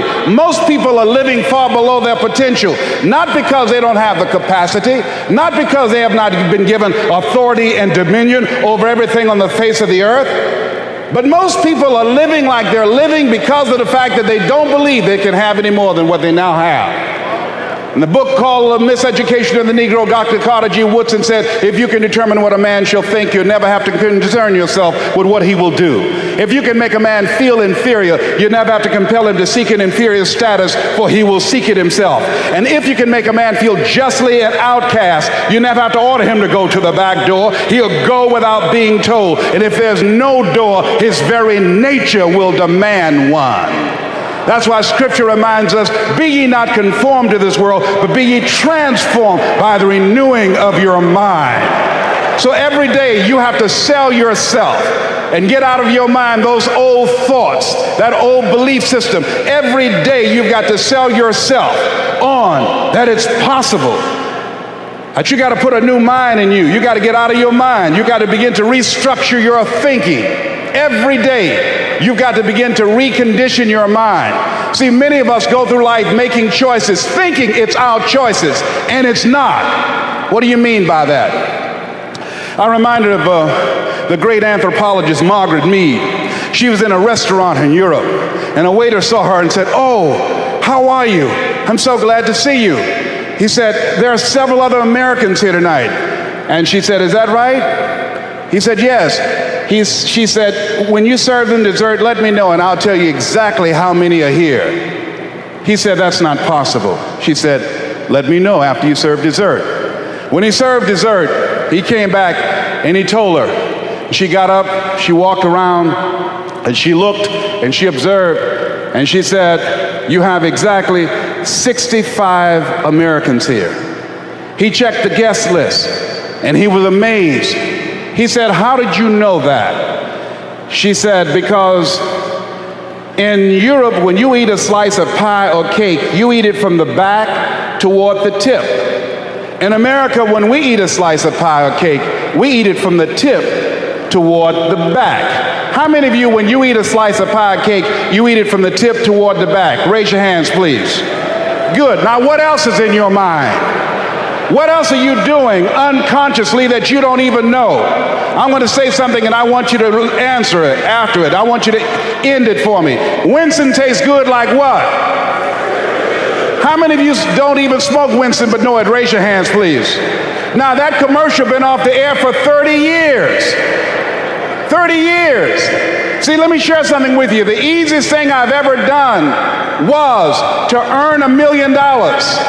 The most difficult thing I've ever done was to believe it could happen to me. That was the most difficult part, to believe that given my circumstances, if my birth parents came down this aisle right now, I would not know either one if my daddy came up here or my mother came up here. Given the fact that I was born in an abandoned building on a floor, being labeled educable, mentally retarded, not having any college training, I used to feel all my life that people who had college degrees were more intelligent than me. I remember going to see the late Dr. Norman Vincent Peale, the author of the book, The Power of Positive Thinking, and I used to look at him up on stage and I said, I could do that. I would love to talk to people. I love to talk to people. And I said, I could do that. But then when I started going back to my car, my mental conditioning activated itself, and it said, Les Brown, you can't do that. You don't have a college education. Les Brown, you can't do that. You don't have the training. You've never worked for a major corporation. You can't do that. What makes you think you can earn $5, $10, $15, $20,000 in an hour? You don't earn that now working for 2 or 3 months. What makes you think that you can speak for AT&T, Procter & Gamble, McDonald's Corporation, General Electric? These are clients I have now. You've never even worked for them. How many of you ever thought about something you wanted to do and you talk yourself out of it? Raise your hand if you know what I'm talking about. That inner conversation is what's going to haunt you after standing here and saying, I can do all things through Christ who strengthens me. After saying that again and again, we are more than conquerors conquerors. That inner conversation will cause you, when you leave here, to go back leading a life of mediocrity, leading a life of unproductivity, leading a life of poverty. So I'm going to share with you how to break out of that.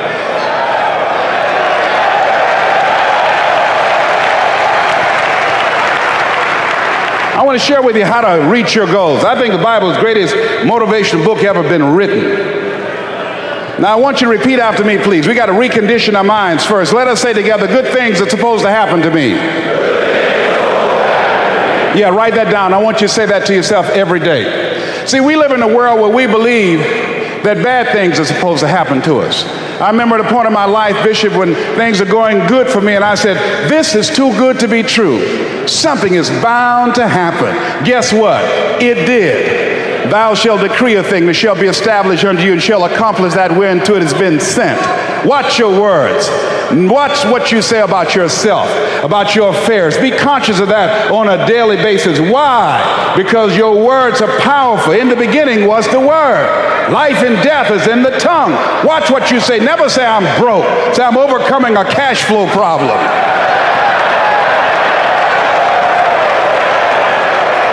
Claim what you want, not what you don't want. So affirm, good things are supposed to happen to me, and begin to believe that. Begin to expect that. Now, I was talking to my oldest son, Calvin. We were going for a walk. And I said, Calvin, do you want to be successful? He said, yes, sir, Dad. It's okay. We kept on walking. Then I stopped and I looked him in the eyes. It's my namesake, my junior. I said, Calvin, we're looking at each other eye to eye now. Do you expect to be successful? Given the fact that you are a single parent of 2 kids, given the fact that you decided not to go to college to further your education, given the fact that you are very talented, but you're behind on your dreams and your bills, do you expect, based upon your performance, based upon what you produce at this point in time in your life, do you expect to be successful? And Calvin got quiet. Because see, if you ask most people at the Manpower Conference, do you want to be successful? Do you want to live a life of productivity? Do you want to live a life of contribution? Do you want to be a better father? Do you want to have your own business? Are there dreams you want? Everybody will say yes. But see, want shows up in conversation. Expectation shows up in behavior. See, I can tell what you expect by what you do. That's why the Bible says, judge a tree by the fruit it bears, not the fruit that it wants, not the fruit that it talks about, not the fruit that it claims, but by what you are doing. See, what you do when you leave here, when the music stops, when the shouting dies down, your behavior, how you conduct yourself, writing your goals down, deciding to enroll in school to get a GED, deciding to sit into class with children young enough to be your grandchildren, decide to find some product, some idea, some service that you can provide so that you can begin to create some value for yourself so you can create wealth. And let me tell you something, ladies and gentlemen, it's very important that we begin to learn how to create wealth. I'm not talking about loving money. See, I believe the lack of money is the root of all evil. People will steal for money. People are killed for money.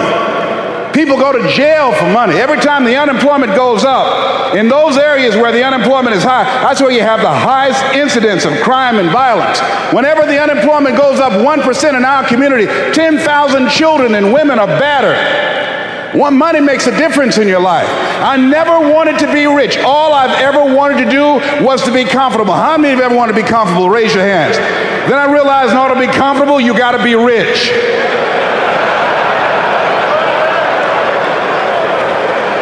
An old friend of mine, Zig Ziglar, said, people say money won't make you happy, but everybody want to find out for themselves. Rita Davenport say money ain't important, but it's right up there with oxygen. And let me tell you something, fellas, even if you're as homeless as I am, if you got some money, women will find something cute on you.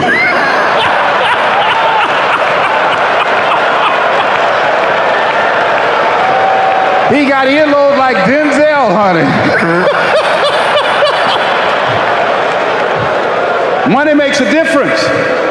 I used to be so broke when creditors would call the house, my children would answer the phone and say, my daddy say he ain't home. I was so broke at one time in my life, I walked by a bank and tripped the alarm.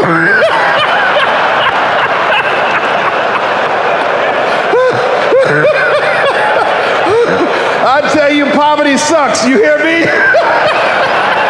Repeat after me, please. I'll never be broke again. Yes, write that down. I affirm that I'll never be broke again. Never. Never will I ever be broke again. Let me tell you what money does. Number one, it gives you control over your life. Write that down. Number two, it gives you options. Three, it allows you to live a life of contribution, to contribute to things that you feel strongly about. Like this ministry and the work of Project 2000 will be doing to change the lives of young people. Bishop Jake's vision is if we can have Little League football teams and baseball teams and basketball teams, then we can have Little League dermatologists and cardiologists and endocrinologists. So he's now establishing an institution, Project 2000, to give our young people the methods and the techniques to reinvent themselves as we go into the next millennium. And this era that Peter Drucker calls the era of the 3 C's, accelerated change, overwhelming complexity, and tremendous competition. So here's the first step to accumulating wealth. If you expect to do it, write this down. You must be willing to do the things today others won't do, in order to have the things tomorrow others won't have. That's why the book of life said the road to life is straight and narrow, and few there be that find it, because few there be that are willing to do the things today others won't do, in order to have the things tomorrow others won't have. What are the things that others won't do? Number one, make discipline a major force in your life. How many of you know if you'd have been more disciplined, you'd be further along to reach your goals right now? Socrates said the undisciplined life is an insane life. The road to life is straight and narrow because few there be that are willing to discipline themselves. Here's something else that most people won't do. Make it okay to fail. A lot of people, 85% of people, allow their fear of failure to outweigh their desire to succeed. Repeat after me, please. Anything that's worth doing is worth doing badly. Yeah, see, anything is worth doing right, as we have been taught, if you know how to do it. But if you don't know how to do it, it's worth doing badly until you get it right. I bet you, and I wasn't there, I bet you that when Bishop T.D. Jakes first stood up to preach, when he gave his trial sermon, he did not have the command, he did not have the mastery, he did not have the confidence, he did not have the depth, he did not have the capacity to translate and milk scripture like he did last night when he first started out. Now write this down. You don't have to be great to get started, but you have to get started to be great. The first time I stood up to speak, I stood up and my mind sat down. I looked at the audience and I panicked. I had to introduce a play at school. We're about to start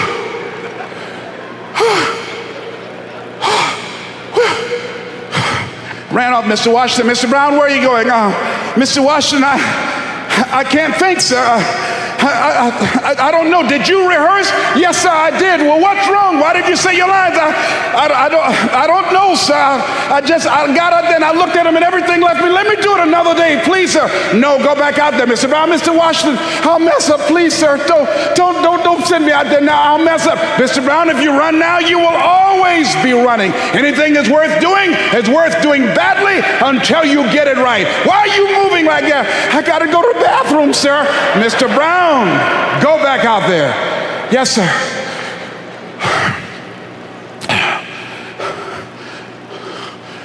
I started a play called 12 Angry Men, directed by Mr. Leroy Washington. And I ran off. The next day, hey, Alfalfa! Hey, Les Brown, how are you? They dogged me out. They talked about me so bad. The next time another event came up, Mr. Washington said, Mr. Brown, you were up. I said, no, Mr. Washington. Everybody says, no, not him. I said, they're right, Mr. Washington, not me. He said, Mr. Brown, you were up. Yes, sir. And I went out, and pretty soon, when people laughed at me, it didn't bother me. They would throw paper, and I could catch it without losing my concentration. And then one day, I came out, and a hush went across the audience, because it must have been something about me that indicated that I had come to myself. And Mr. Washington had been practicing with me to give a presentation. And I looked at the audience and I said, I choose not to be a common man. It's my right to be uncommon if I can. I seek opportunity, not security. I do not wish to be a kept citizen, humbled and dull by having the state look after me. I want to take the calculated risk, to dream and to build, to fail and to succeed. I refuse to live from hand to mouth. I prefer the challenges of life to the guaranteed existence, the thrill of fulfillment to the stale calm of utopia. I will never cower before any master, nor bend to any threat. It's my heritage to stand erect, proud and unafraid, to face the world boldly and say, this I have done. Girls stood up and say, that's my boyfriend, honey. I like me some Les Brown, baby. But I didn't start off like that. You have something special. You have talents and abilities in you that you don't even know. So how do we begin to create wealth? Let me give you some ideas. Number one, write this down, knowledge. What knowledge that you have in this economy, part of what we need, that people are willing to pay you for that. Next is talent. What talent? Dion's talent is playing football. I didn't have that as a talent. My talent is talking. To me, my definition of success is doing what you love to do and find somebody to pay you to do it. So I find people to pay me to talk. I talk. I brought a game to this country called Beard Whist that I invented. And that's how I talk. I shoot pool. I signify. I make you tear up your cards, break your cue stick, because I talk a lot of trash. I'll throw you off. You've never been to Boston, I'll take you there. So I learned how to signify and talk trash, all right? And so I make a living talking trash to AT&T. I make more in 1 hour than 90% of the American public earn working for a whole year, doing what I love to do. That I've developed my talent. You want to master your talent. Find out what it is that you love to do. I love to talk. Scripture is another key that says to us of what we need to do to begin to develop ourselves. Luke 12:34, where your treasure is, there will your heart be also. So what do you love to do? And then explore ways in which you can earn a living doing that. Cooking, writing, painting, working with numbers, working with people. The other thing is, not only must you have knowledge, talent, some skill, but the other thing that's important, faith to act on whatever your dream is. See, if you don't believe in yourself, how many people you know that have a lot of talent, a lot of abilities, but they don't believe in themselves? Raise your hands. See, that faith is very important. So the faith to act on those dreams, those desires. Here's scripture that I like very much. Proverbs 16th chapter, 3rd verse.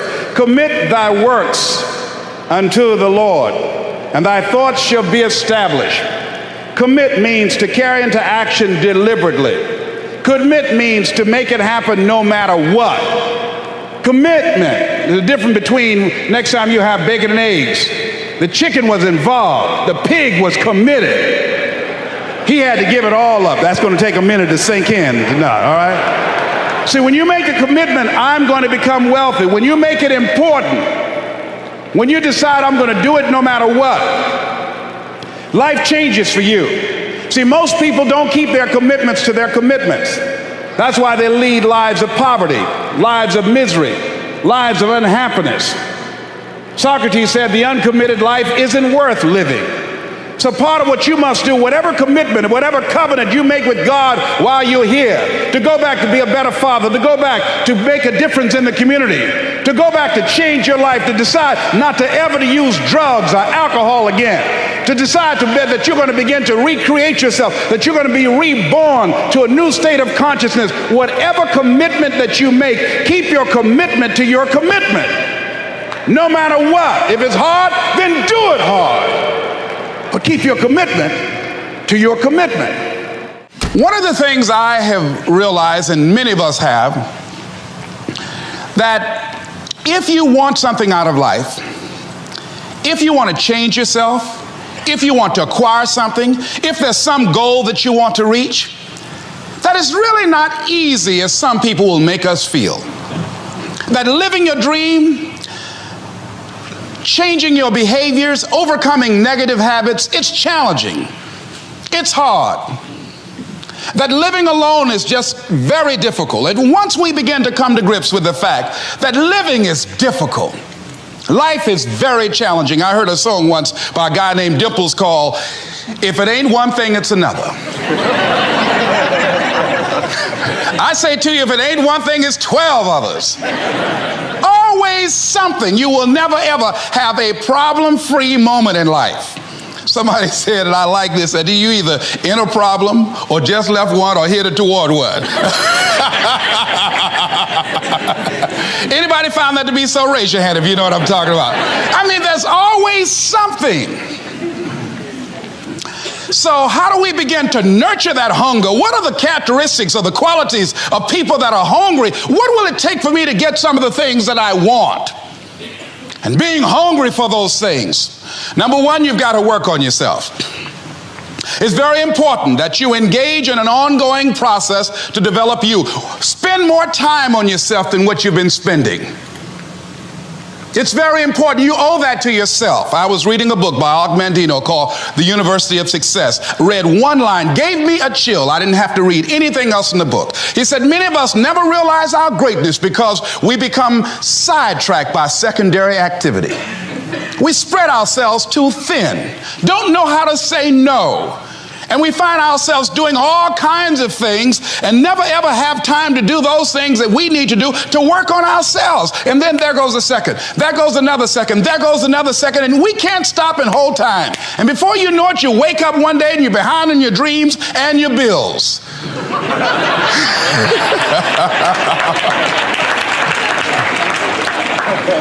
So decide that you're going to take some time to work on you, that you deserve that from yourself, that your life deserves some prime time because you are creating your own production. As Michael Todd would say, you are the star of your show. You are the director. You're writing the script. And you will determine whether your life is a smash office hit or flop.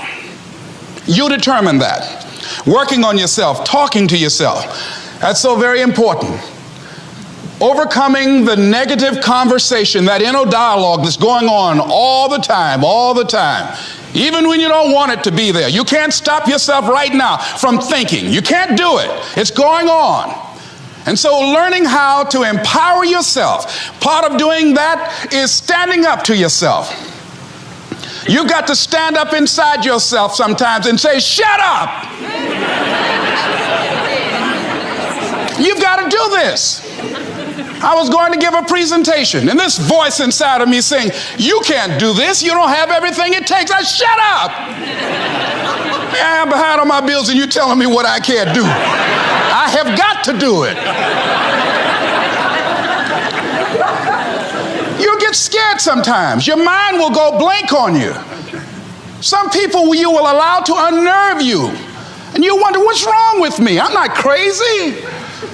That's why you've got to learn to make a conscious, deliberate, determined effort to stand up inside yourself.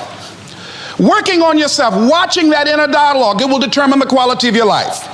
I don't believe this. I know this. I've had a challenge of losing weight. I'm walking through the airport, this voice say, why don't you have some M&M peanuts? No!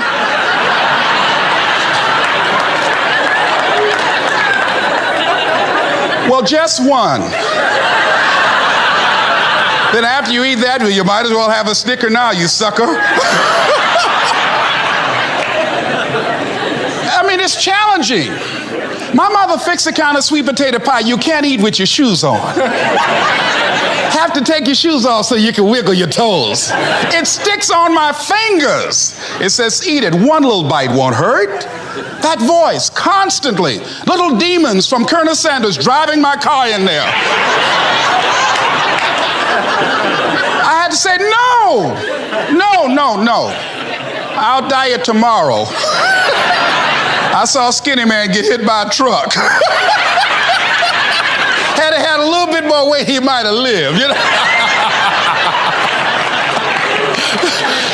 Some of you know what I'm talking about. Raise your hand if you know that.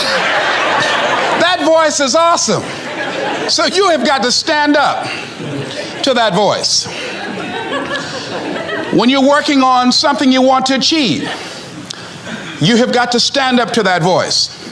You've got to sell yourself every day on your abilities, on what you're doing, on the goal that you want to reach.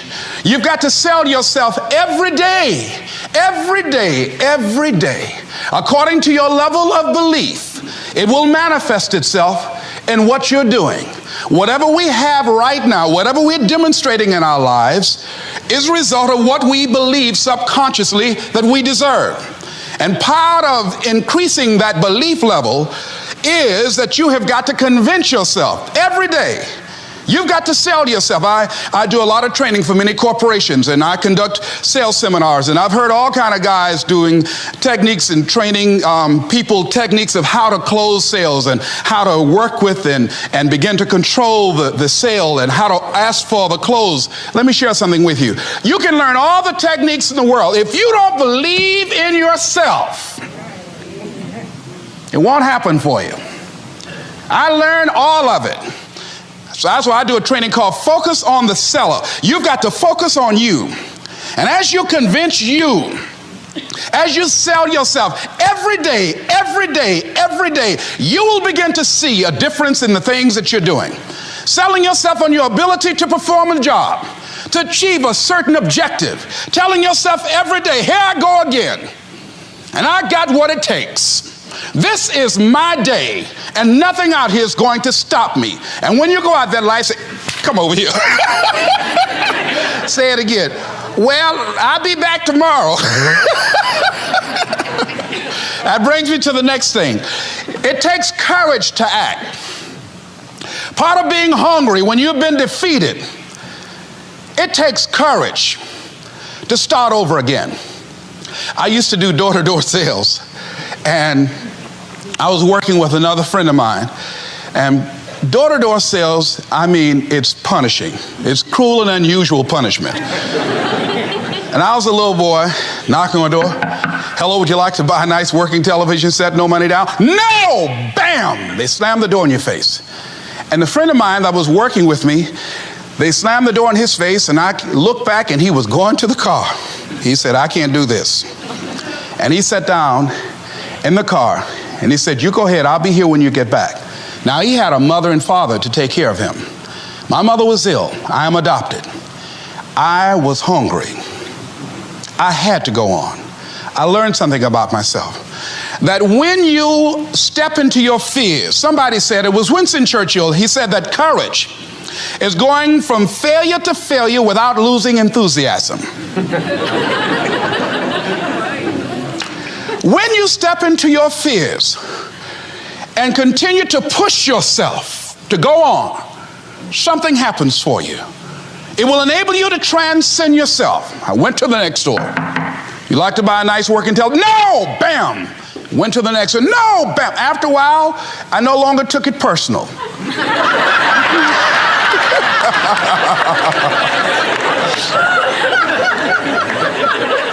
And I began to play a game. I said, well, I know there's a yes out here somewhere, and I'm going to keep on until I find it. And I'm not going home until I do. And I continued to knock on doors. And then somebody eventually would say yes. And I said, are you sure? And I would go in there and I would get the sale. When you have something you want to do, if you don't develop the courage to do that which has been given you to do, and you spend a lot of time going around trying to convince other people or trying to get their approval, what will happen is that you will lose your nerve. And other people will convince you that what you're doing doesn't have any value, and you'll give up on your dream. It's an interesting thing about life, I've also found, that if you don't have the courage to act, sometimes and particularly if you have something special to do, life will move on you. If it were not for life, I would still be a disc jockey. I didn't just leave voluntarily to go to the state legislature. I was fired. I was working on a job, and I came home one day. I was married at the time, and I told my former wife, I said, that guy Bert I work for is stupid. She said, if he's so stupid, why does he sign you a paycheck? Now, you see why I divorced her, right?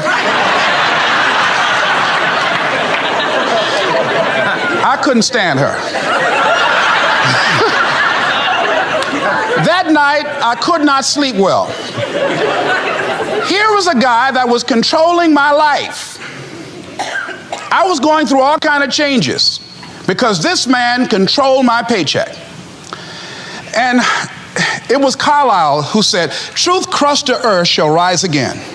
Winston Churchill said, the truth is incontrovertible. Malice may attack it, ignorance may deride it, but at the end there it is. And we know scripture that says, ye shall know the truth, and the truth shall set you free. And the truth that I had to come to grips with, that I wasn't in charge of my destiny. The truth was that I wasn't giving all that I had. The truth was that there are some things that I wanted to do, but I didn't have the courage to act on those things. And the truth was that Bert Childs was a blessing to me. He made life so miserable for me, I had to start looking at my life differently.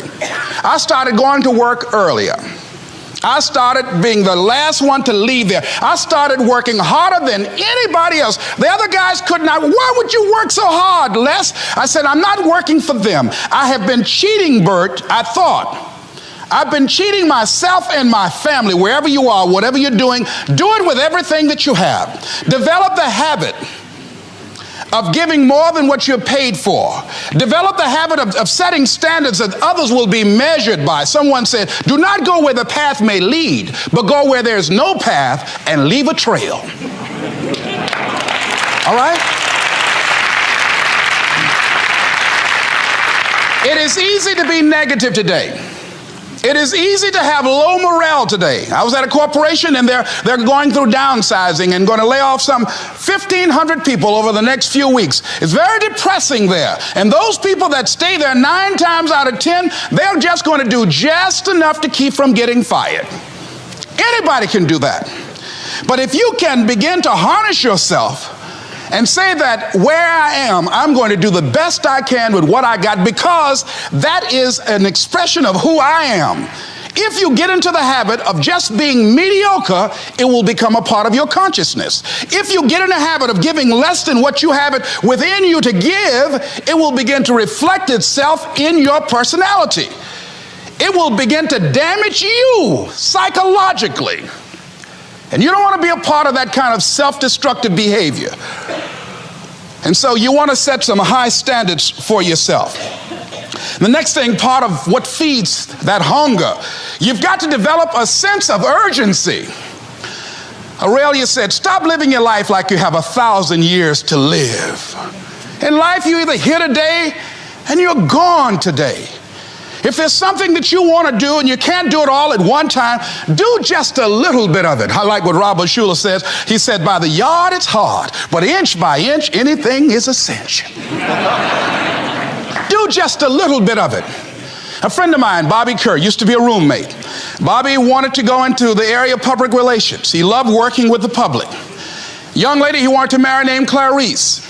Bobby was a great procrastinator. Pretty soon the job where Bobby worked, they transferred him to another location.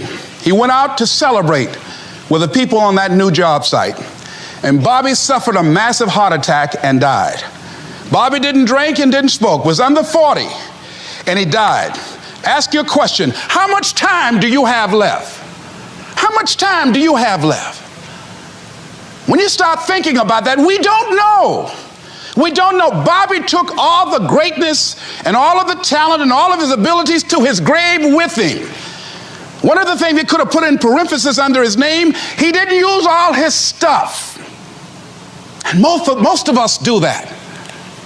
Most of us don't use the stuff that we have brought into the universe.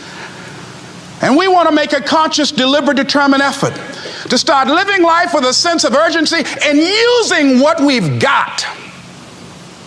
Using ourselves up, sharing what we brought into the universe to share. Because if we don't, nobody else will. Stop wasting valuable time, knowing that if we begin to live our lives as if each day were our last, our lives will take on a whole new meaning. It take on a whole new expression, valuing each moment that we are blessed with. The next thing that begins to nurture that hunger, honor yourself as your word. Don't give your word out lightly. When you throw your word out there and you don't honor it, it makes a statement about you. If you decide to maintain a sense of integrity with yourself, that if I speak it, I'm going to live it. It's who I am. And I'm going to be very cautious in how I give my word to others, and most of all with the commitments that I make to myself, because I want my life to reflect my words and honoring who I am and what I express. Another challenging area in terms of nurturing and developing that hunger in yourself is learning the art of becoming single-minded. Learning how to concentrate. Learning how to focus in. And you'll be surprised at the things that you're able to do. When you learn how to block things out, when you learn how to keep thine eyes single, you'll be surprised at the ideas that will come to you, of the people that you'll be able to attract, of the opportunities that you'll be able to see. You'll begin to see things that have been staring there, looking you in the face, say, I can't believe this has been here all this time. Here's a habit that I do. Maybe it might be of some value to you. I get up in the morning and I start writing what great ideas that I can think of today that can improve me and that will enable me to reach my goal. And I just let my mind flow. Sometimes I write 15, 20 ideas. Some days it's more difficult than others. One idea can change your life. One idea can turn your life around. Deciding that you're going to focus to develop your skills. A guy was the new owner of a baseball team that was in the basement of the league when he took it over. He went to the pitcher and he said, what is your best throw? He said, well, I got a good curveball and I've got a good fastball. And he went on talking about his different throws. He said, but tell me this, what is your best throw? He thought for a moment. He said, I've got a good fastball. He said, that's all I want you to work on. Nothing else. Just develop your fastball. The next year, they went to the World Series. Most people don't know where their fastball is. Most people go through life never discovering what their talents are. Most people never develop their talents. They have skills and abilities, but if you don't nurture them, if you don't develop them, they will never serve you. Your gifts can take you many places if you develop your gifts. Most of us don't like to do those things that come easy to us. I've always loved to talk to people. I decided, taking this advice, to develop my skills as a speaker. And my gift has developed and it's taken me many places. You have something that you brought to the universe, and that if you decide that my life deserves my developing, this is what I do well, and becoming the best at it and mastering myself and seeing what I have within me. If you decide to drop your buckets where you are and develop your gifts, I grant you, you'll never ever be without. I grant you that your gifts will take you places that will literally amaze you. I grant you that if you begin to work to develop your gifts, you'll develop a strong sense of happiness. You'll get a larger vision of yourself, because part of beginning to get a larger vision of yourself, all of us need some area of our lives where we can have a feeling of competence. That people know when they think about this area, that's something you do. That you eat and sleep that. And that you do that. You do that. And people know it. And you know it. And you know that you know this. If you don't know anything else, you know this. Can you tell I know what I'm doing? Oh, hello. You know this. So you've got to work on it. When other folk are having a good time, you've got to have the strength of character to concentrate, to read, to digest information.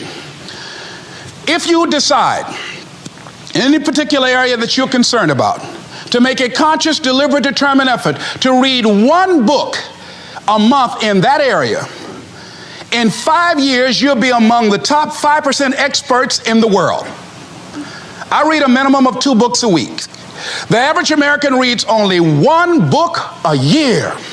If you decide that area that you love, that you are going to master that particular area, in this era of accelerated change, overwhelming complexity, and tremendous competition, as you begin to develop and expand your skills and your talents and your vision of yourself, you will always be in control of your destiny.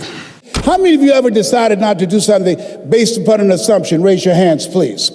And so that's why it's important for us to be strategic and experiential, and being able to tell the story to distract them from their current story, distract, dispute, break down the limited belief system, and inspire them to say yes to a new opportunity in their lives.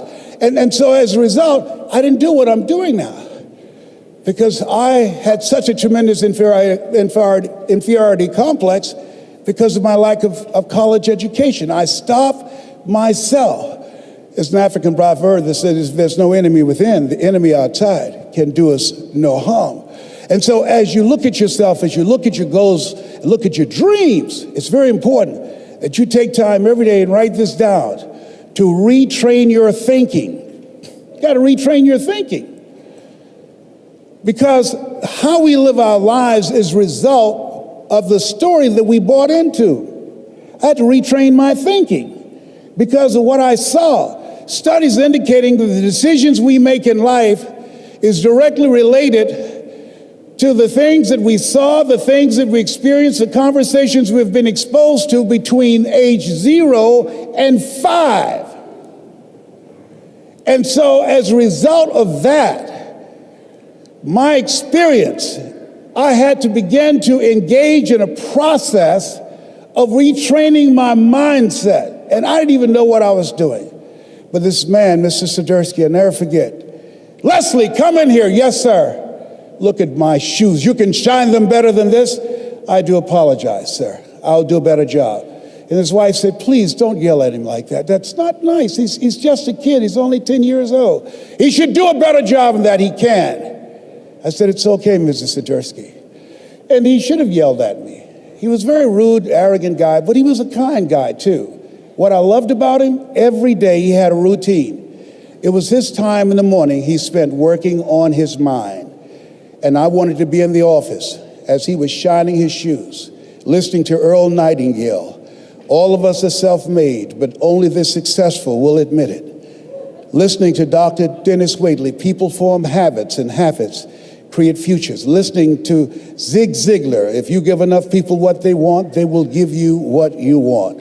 Listening to Jim Rohn, when the end comes for you, let it find you conquering a new mountain, not sliding down an old one. Listening and reading the words of Winston Churchill, the truth is incontrovertible. Malice may attack it, ignorance may deride it, but at the end, there it is. Reading from my favorite book, Be Not Conformed to This World, Be Transformed by the Renewing of Your Mind. Listening to these words helped to create a different vision for myself. Some of you are already doing it right now. I'm saying this is a time more than ever that you want to begin to inoculate yourself with positive words, coming to conventions, showing up on meetings, being on the calls, to make yourself unstoppable, to get out of your mind the polluting negative thoughts that's causing most people to go through life being stuck because they're volunteer victims. Somebody said that many people die at age 25 and don't get buried until they're 65 because they got so much garbage in their minds. You are here because you've got a clear vision of what you want and where you're going. Give yourselves a round of applause. Come on, bring your energy level up. Yes, yes. You want more. You want more. You're different. You're different than everybody else. Don't worry if they don't get it. Don't try and convince people to do this business. A person convinced against their will is of the same opinion still. You are not like everybody else. You can walk outside and find pigeons, but if you're looking for eagles, it's going to take you a minute. You are different. It's lonely at the top. How many of you know it's lonely at the top? Raise your hands. It's lonely at the top, but you eat better. That's what I'm talking about.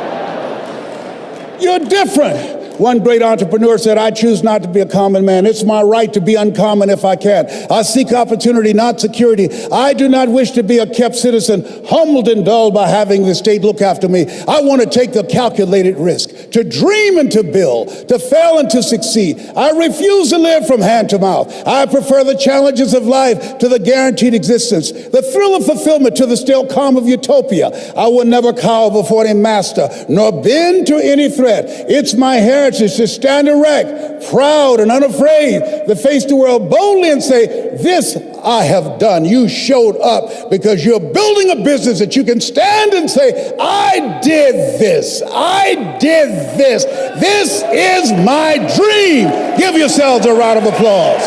Yes, yes, yes, yes.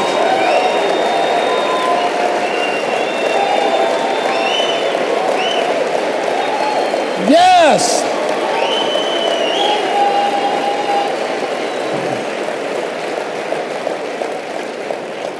There's something in you that wouldn't allow you to stop.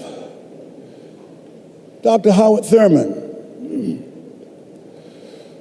he said there's something in each and every one of you that waits and listens to the voice of the genuine in yourself. It will be perhaps the only guide you will ever have. And if you cannot hear it, all of your life, your days will be spent on the ends of strings that somebody else pulls. And I say to you, the reason you showed up, even though you couldn't afford to be here, the reason you drove hundreds of miles, flew around the world, there's something in you, in your heart of hearts, that said, I'm not going to let anybody pull my strings. It said, I'm going to control my own personal economy. It said, I've got a dream I want to achieve. I want my children to have a choice of the kind of education that they want. That said, I am the captain of my ship. That said, I'm going to control my destiny. And whatever it takes, I'm willing to do the work. Give yourselves a round of applause.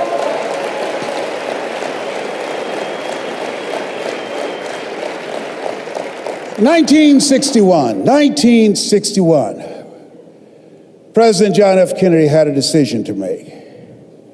The decision was whether or not to call a news conference and tell the world the United States was going to go to the moon. And I submit to you that the decision to do that was very risky. And what governed his thinking is what governed your thinking when you decided I'm going to do this. See, the technology did not exist. The answer of what will it take did not exist. No one had ever done it before. But he made a decision. He looked at Werner von Braun, the most brilliant scientist of that day, and he said, Werner, what will it take for us to go to the moon?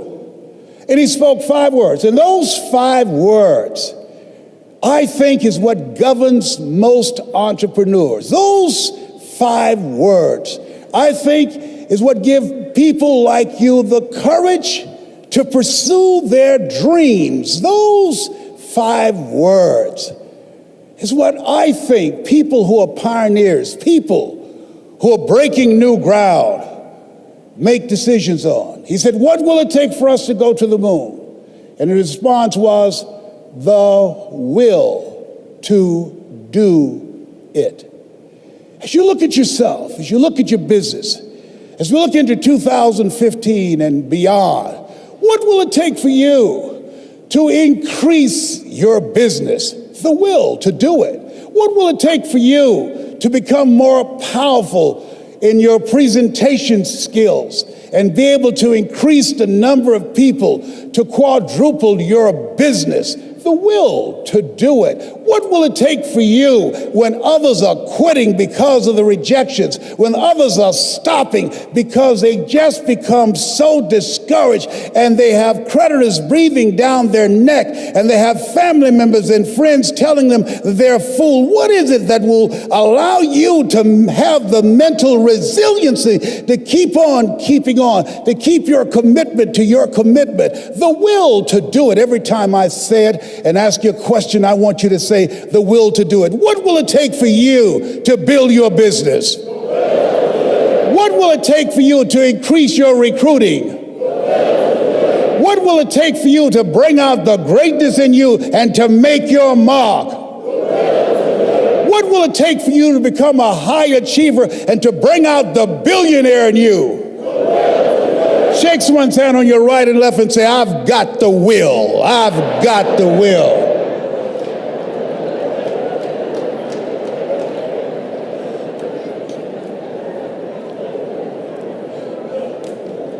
Mr. Washington, this man who taught me, he said, Mr. Brown, you want to make it in life? He said, number 1, develop your mind.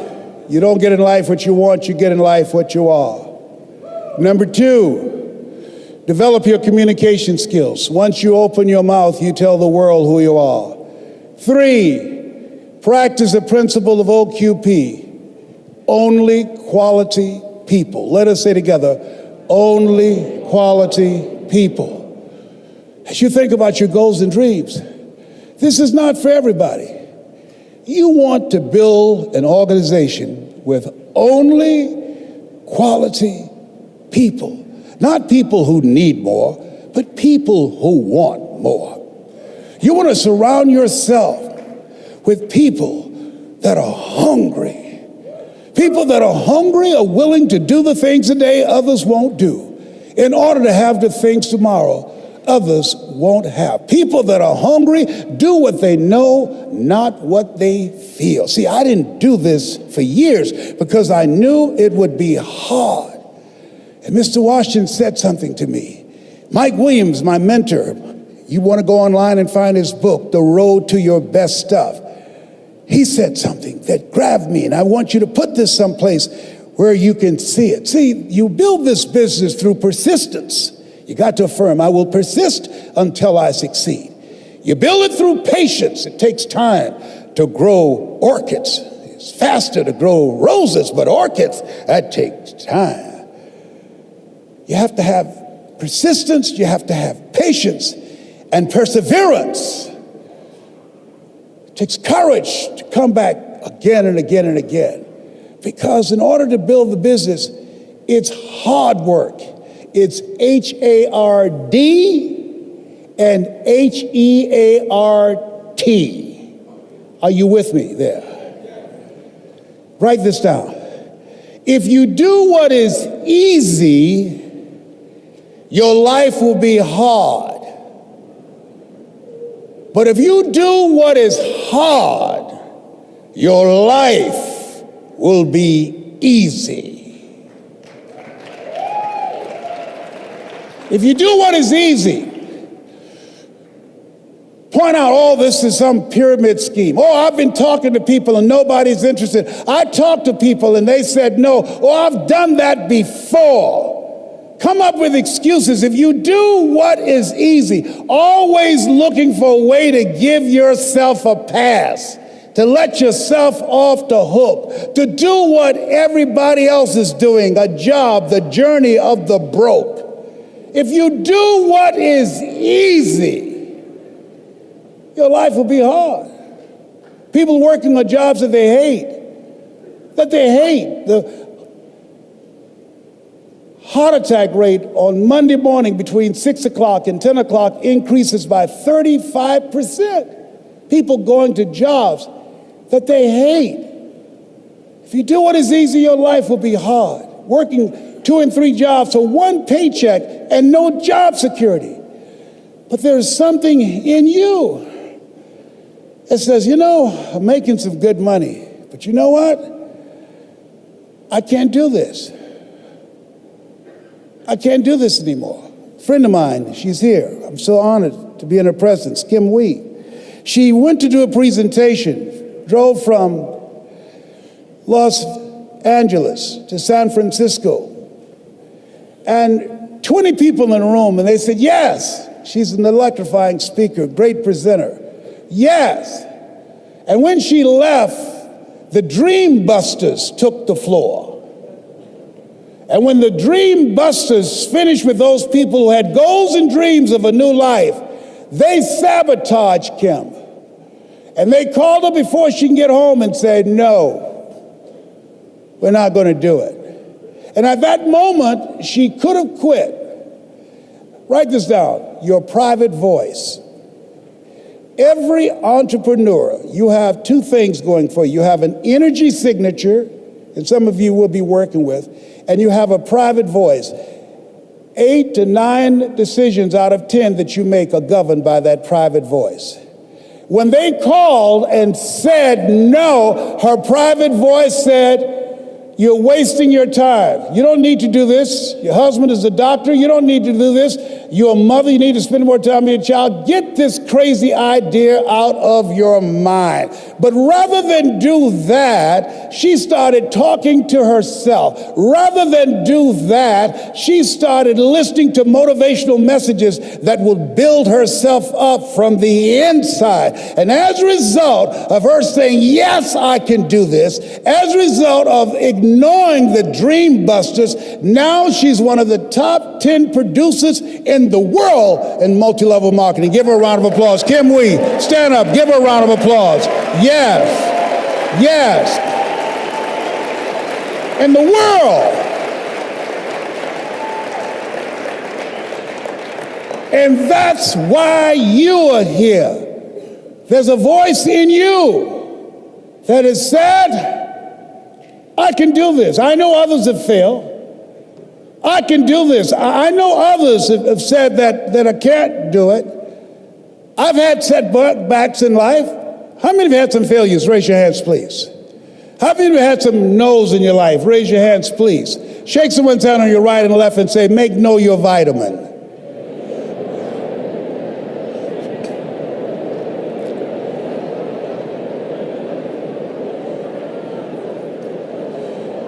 Ladies and gentlemen, if you want to make it in life, you got to know your vitamin. You've got to know every no brings you a step closer to a yes. Anybody can stop because someone said no. But there's something in you, in your heart of hearts, that's saying, I'm not a quitter. There's something in you that says, I've got the will to do it. There's something in you that says, I'm going to find a way. Mr. Brown, what do you want to do with your life, young man? Sir, I'd like to become a disc jockey. Why? Sir, because I want to buy my mother a home. He said, great. Listen to Paul Harvey. Here are my car keys. Go in the car, 12 noon. He comes on. every day. Why? Because if you want to be successful, study the people that are doing what you want to do. He's the best in the world when it comes to communication. I suggest to you, as you look at what you want to achieve, look at the top achievers. Understand and know they are only an example. They are not an exception. They're an example of what you can do, because success leaves clues. Follow the system, watch the leaders, and study them. I did that. And he said, Mr. Brown, detoxify your life. Let all the negative people in your life go. Can I change them? No. It's a full-time job changing yourself. He's right. He's right. You can't change people. It's hard changing yourself. And there's some people so negative they can walk into a dark room and begin to develop.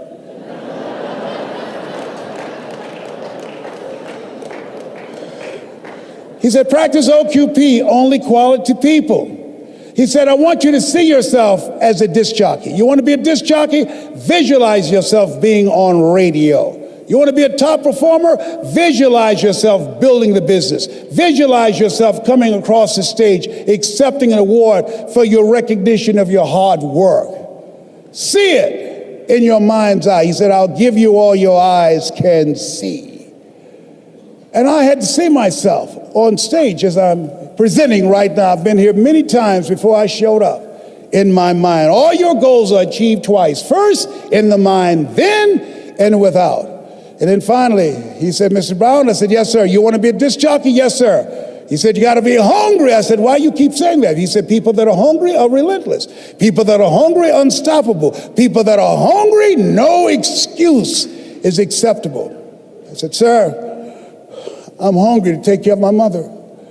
All my life, people have always compared me to my brother because I'm not smart like him. It takes me longer to get things than most people. I have to hear it again and again. But once, I got it, sir.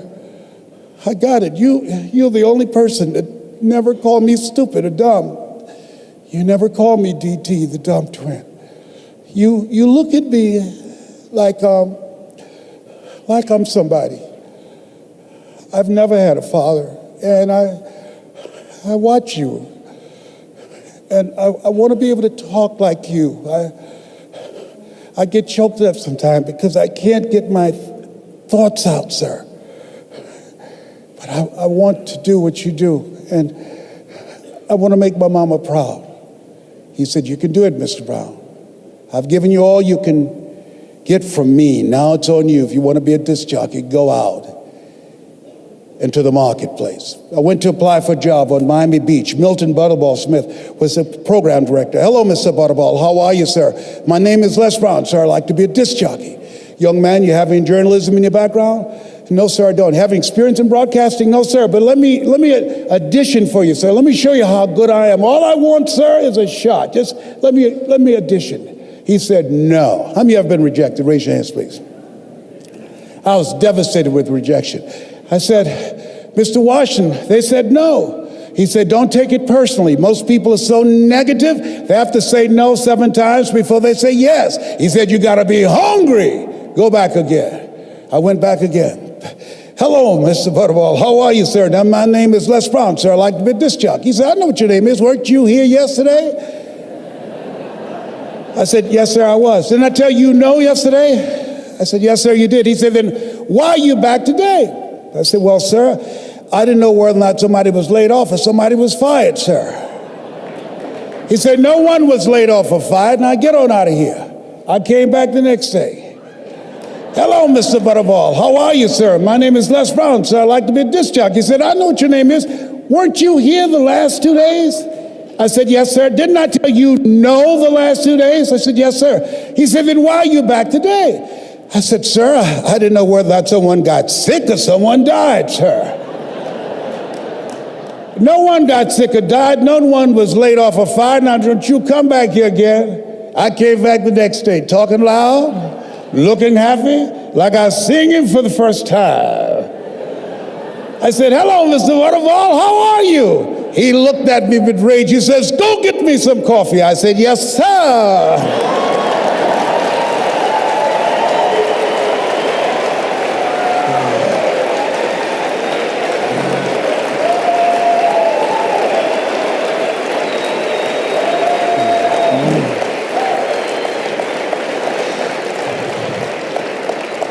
As you think about your goals and dreams, you've got to know your vitamin. I became the errand boy for the disc jockeys. I'd go get their lunch and their dinner, and I'd stand in the control room watching them move their hands, knowing my time will come. Let us say together, I expect to live my dream. I began to serve them. My favorite book says, the greatest among you will be your servant. Learn how to be a good server. And so pretty soon, I was, write this down, building a relationship. People build relationships with people they know, like, and trust, and have proven themselves. And they said, look here, young boy, who cleaned my car today? I did, sir. How much do I owe you? Nothing, sir. You cleaned it inside and out. You waxed it, yes. I don't owe you anything? No, sir. I just wanted to help out. Write this down. Give before you ask. I was giving service. I was giving service first. He said, whoa. Yeah, Donna Ross and the Supremes are coming to town, the Four Tops and the Temptations. Here are my car keys. Pick them up and take them to the Fontainebleau Hotel on Miami Beach. I said, be my pleasure to serve you, sir. I would drive these entertainers all over Miami Beach in the disc jockeys' big long Cadillacs. I didn't have any driver's license, but I was driving like a handsome. Then one day, it was a Saturday afternoon, a disc jockey by the name of Rockin' Roger was drinking while he was on the air. He began to slur his words. He got so drunk he was about to fall off the chair. It was a Saturday afternoon, and I was the only one there, looking at him through the control room window, walking back and forth, young, ready, and hungry.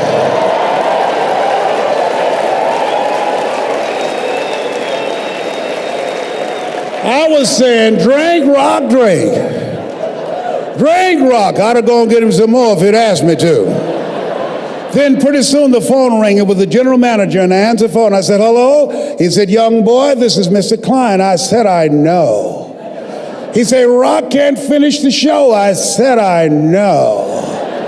He said, would you call one of the other DJs in? I said, yes, sir. I hung the phone up. I said, now he must think I'm crazy. I called my mama and my girlfriend, Cassandra. I said, y'all come out on the front porch and turn on the radio. I'm about to come on the air.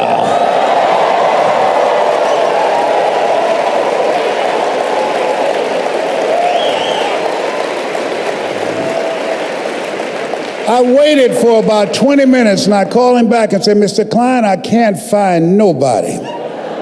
He said, young boy, you know how to work the controls? I said, yes, sir. He said, go in there and segue the record. Don't you say nothing here. I said, yes, sir.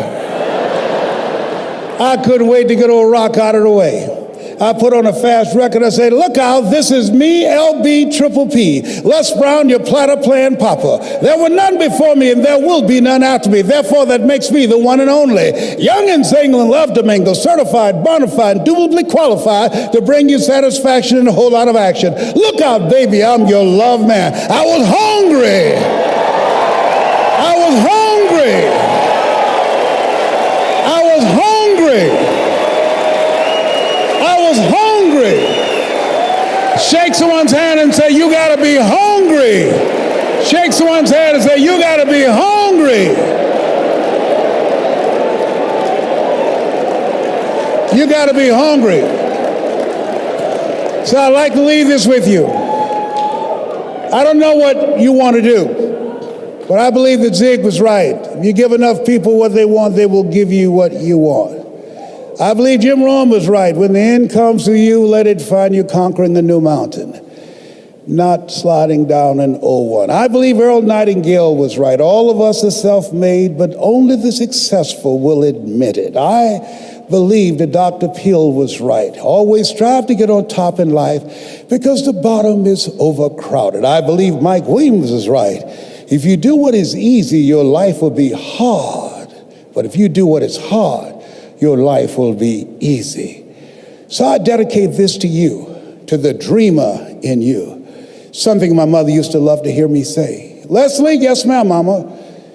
Say that thing for me, boy, that makes me feel good. I dedicate this to you, because it's one thing to be in the business, but there's something else when the business is in you.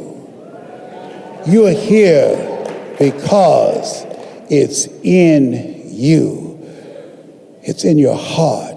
And it says simply this: if you want a thing bad enough to go out and fight for it, to work day and night for it, to give up your time, your peace, and your sleep for it, if all that you dream and scheme is about it, and life seems useless and worthless without it, and if you gladly sweat for it and fret for it and plan for it and lose all your terror of the opposition for it, and if you simply go after that thing that you want with all of your capacity, strength and sagacity, faith, hope, and confidence, and stern pertinacity, if neither cold poverty, famish or gulf, sickness or pain of body and brain can keep you away from the thing that you want, if dogged and grim you besiege and beset it, with the help of God, you'll get it. Dr. Howard Thurman, one of the mentors of Dr. Martin Luther King Jr. and Albert Schweitzer and Mahatma Gandhi, he was a very brilliant writer. He wrote some things that really grabbed me. He wrote, "Deep is the hunger, the voice of the genuine, the centering moment." During the time after receiving 238 radiation seed implants, I was reflecting on his words, and these words kept me up that night. He said, "The ideal situation for a man or woman to die is to have family members praying with them as they cross over." He said, "But imagine, if you will, being on your deathbed and standing around your bed, the ghost of the dreams, the ideas, the abilities, the talents given to you by life, and that you, for whatever reason, you never went after that dream. You never acted on those ideas. You never used those talents. You never used those gifts. And there they are standing around your bed looking at you with large angry eyes saying, 'We came to you, and only you could have given us life. And now we must die with you forever.'" And the question is, if you died today, what dreams, what ideas, what talents, what books, what music, what leadership, what voice will die with you? Miles Monroe, great orator and speaker, said the wealthiest place on the planet, it's not in the Far East where there's oil in the ground. It's not in South Africa where there are diamond mines. He said the wealthiest place on the planet is the cemetery, because there you'll find greatness that we've never seen. There you'll find talent and genius and potential never actualized. Perhaps that's why Henry David Thoreau wrote the words, "Oh God, to reach the point of death, only to realize that you've never lived." Maybe that's why some unknown writer wrote the words, "What if you live your whole life only to discover that it was wrong? That it was wrong. That you were chosen to do something else and you didn't do it." Repeat after me, please. Live full. Die empty. I want you to take some notes and some things, and I want you to think about your goals and dreams in the three categories that I mentioned: personal, professional, and your social contribution. How many of you are serious about your goals and dreams? Raise your hands, please. Thank you very much. How many of you don't want to take your dreams to your grave with you? Raise your hands, please. Very good. Shake someone's hand on your right and left. Look them in the eyes and say, "Get out of your head and step into your greatness." Do that right now, please. Say, "Get out of your head and step into your greatness." I want you to write this down. Let us say together, as you think about your goals and dreams, let us say together, "It's possible," together, please. Yes, write that down. See, ladies and gentlemen, as an entrepreneur, I've been an entrepreneur for 20 years. This is my 21st year. I could have been speaking and training for 34 years. But for 14 years, I was living in my head. For 14 years, I stopped myself. For 14 years, I used to go see Zig Ziglar, that I considered the #1 motivational speaker on the planet. Zig Ziglar and Tony Robbins, they're the best on the planet. Bob Proctor, they're the best on the planet. Jack Canfield, Mark Victor Hansen, T. Harv Eckert. I would go and see them, and then I would leave, and my conversation with myself was, my heart would say, I can do that. And then my mind would ask, how? How would you do that, Les Brown? See, when I was in the 5th grade, I was identified as EMR, labeled educable, mentally retarded, put back from the 5th grade to the 4th grade. I failed again when I was in the 8th grade. I have no college training. And a man changed my life, and I'll never forget his name, Mr. Leroy Washington. He's in his 80s now, and he's blind from glaucoma, but he gave me a different vision of myself. I was in his class waiting on another student. He came in and said, young man, go to the board and work this problem out for me. I said, oh, sir, I can't do that. I said, why not? I said, I'm not one of your students. He said, look at me. Yes, sir. Go to the board and work the problem out anyhow. I said, sir, I can't do that. He said, why? I said, sir, because I'm educable, mentally retarded, sir. I'm in special education. And the students started laughing. They said, that's Leslie. That's not Wesley. He's DT. Wesley is the smart twin. He said, what does DT stand for? I said, I'm the dumb twin, sir. And as the students laughed at me, he came from behind his desk, he looked at me and he said, don't you ever say that again. Someone's opinion of you does not have to become your reality.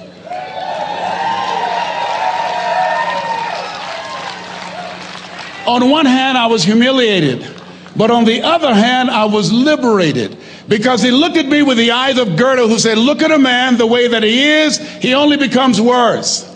But look at him as if he were what he could be, then he becomes what he should be. And so we developed a relationship. And one of the things that I can just tell you as you think about your goals and dreams, all of us can say in a spirit of integrity that it's possible. That if anybody at any point in time lived their dream, then it's possible that I can live mine. And what I did was, I made a mistake. I looked at my goals and dreams, and my mind said, how will you do that? I went from my heart to my mind, and I stayed up there for 14 years. 14 years. I can't bring those 14 years back. Those years are gone. And I've made a mission in my life to help people to stop putting it off and procrastinating. How many ever thought about something you wanted to do and you procrastinated, you talked yourself out of it? Raise your hand, please. There's a proverb that says, if there's no enemy within, the enemy outside can do us no harm. And so, as you look at your goals and dreams, every day we must convince ourselves, we must sell ourselves on that it's possible. Every seminar, every workshop, every book that I've ever read, every speaker that I've ever heard, it interrupted what I was believing about myself. Everything that you do, everything matters. As you go through each day, I know now as I look back at age 63, looking at my life, everything matters. T. Harv is right. How you do anything is how you do everything. And I realized that the choices I was making was based upon how I saw myself. Let us say together, it's necessary.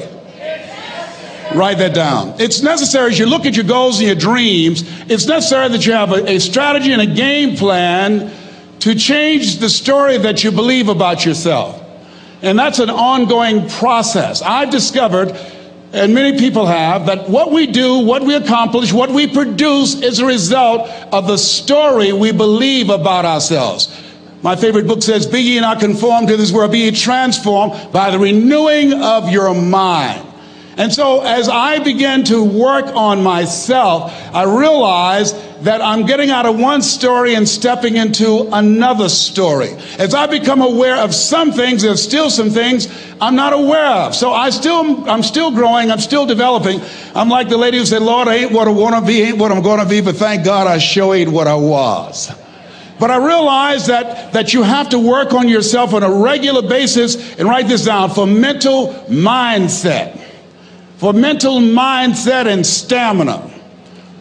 Because things are going to happen to you. I believe that the reason that most people go to their graves with their talents and abilities and skills in them is because of the fact, number one, many are like me. They didn't know that they didn't know and thought they knew. I thought I knew myself, and I really didn't know myself as well as I thought. I've discovered that sometimes people can take you to a place within yourself that you can't go by yourself. The other reason is I was afraid. I never worked for a major corporation. I wanted to speak for corporations. I was afraid I would be exposed because I don't have a college education. I felt inferior because of the fact that I don't have a college education. I allowed that level of fear of failure to stop me.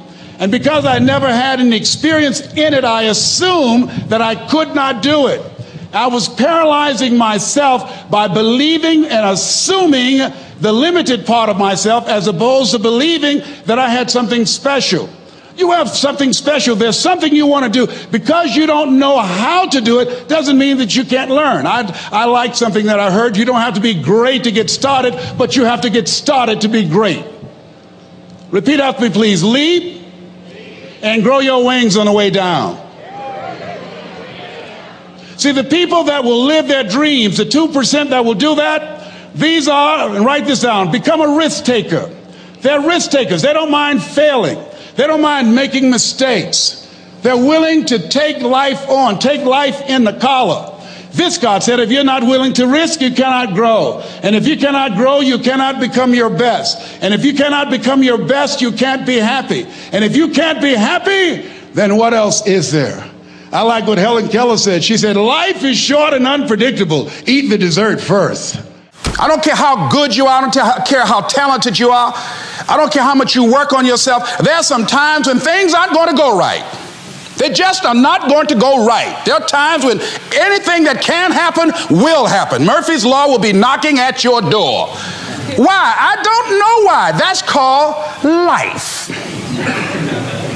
And you have to deal with it. Sometimes your life will be in a slump, just like sports. Some of the best shooters can't hit baskets different times in games. They get in a slump. Do they sit on the sideline and say, I just didn't hit a basket today? No, they continue to execute. I suggest to you that if you are facing a challenge, don't stop. Stay busy. Work your plan. Continue to do those things that you know that work for you after you have evaluated yourself in the situation. Continue to move. Stay busy, stay busy, stay busy. Repeat after me. Help somebody. And help yourself. Because what you give is what you get. Find somebody that you can help so you can forget about you for a moment. See, sometimes the best thing to do is to be. Sometimes you have to just back up and go within yourself. A bow and arrow, you can't take a bow and just push it out an arrow. You just can't push the arrow out. You have to pull it back and then release it. Sometimes you have to back up and go within and pray and meditate and recharge your batteries. Go away, clear your head, and then come back and look at it from a different vantage point. Don't operate while you are under the spell or the effect of what's going on. Next thing is that you've got to activate the thinker in you. Don't allow your emotions to control you. We are emotional, but you want to begin to discipline your emotion. If you don't discipline and contain your emotions, they will use you. Your mind goes on automatic, just like a guard. I loved reading the book called As a Man Thinketh by James Allen. He uses the analogy of the mind being like a garden. Weeds don't have to have any encouragement to grow. You don't have to water them. They don't have to get sunshine. They don't have to have fertile ground. They will grow through the cracks of a sidewalk. Am I right?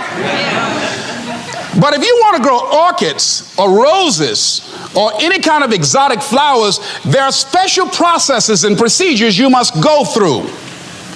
Well, by the same token, you don't have to force yourself or motivate yourself to think negatively, to be depressed, to hate somebody, to want revenge, to want to get back at somebody, to beat yourself up over the head, to feel loaded with guilt. You don't have to make any effort to do that. Your mind is on automatic. It will do that by itself.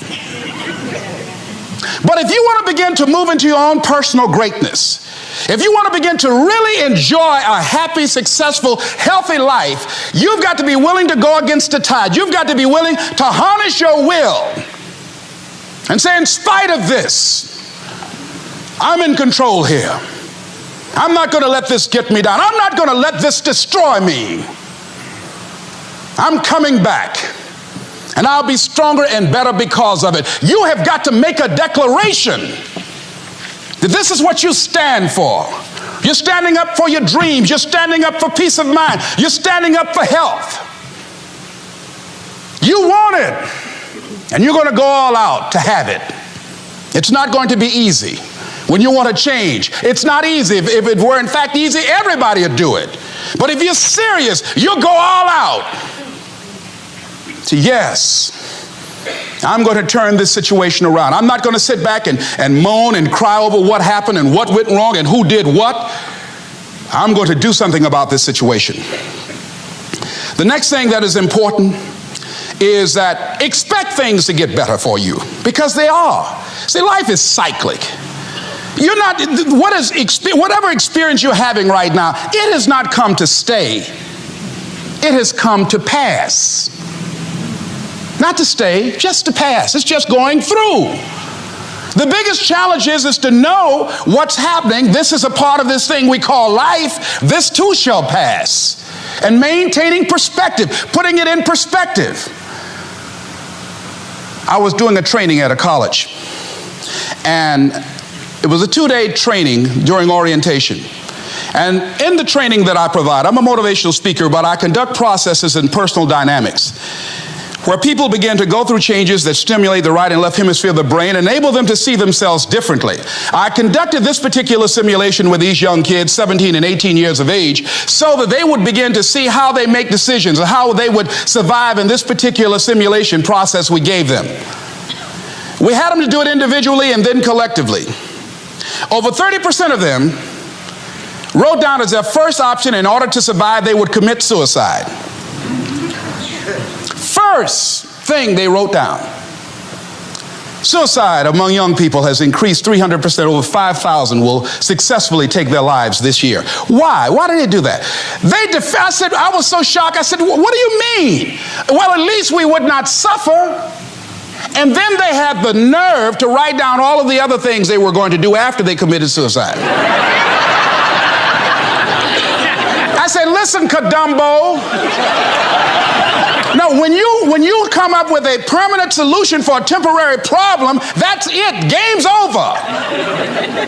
That's it. You're not going to do anything. Anybody wrote suicide at the top, you can put your pencil down. See, a lot of us, because of our limited vision of ourselves, a lot of us who begin to focus on problems and enable them to overwhelm us, we begin to think that we have no options. We begin to believe that there's no way out. Repeat after me, there's always a way. Where there's a will, there's a way. Shake somebody's hand on your right and left and say, I'm unstoppable.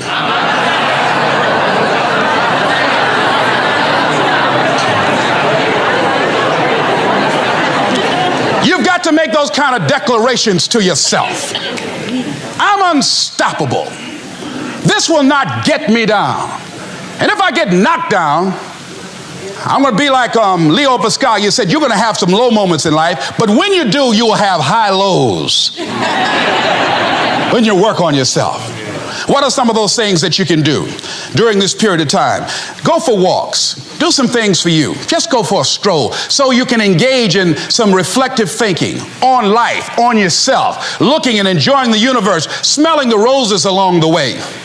Listen to upbeat music, music that inspires you. I have oldie but goodies. I have strategies that I engage in to recharge my batteries. I'm preparing for that because I know things are going to happen that I cannot anticipate. A very good friend of mine died the other day. I had a program for myself. I have books that I read that inspire me, tapes that I listen to that fire me up. Because you're going to have sometimes low moments when you won't want to get out of bed. You just want to stay there. At times you won't want to come out the house. At times you'll be feeling bad and don't know why. What's wrong? I don't know. Just leave me alone. Why did that happen? I don't know. It's called life.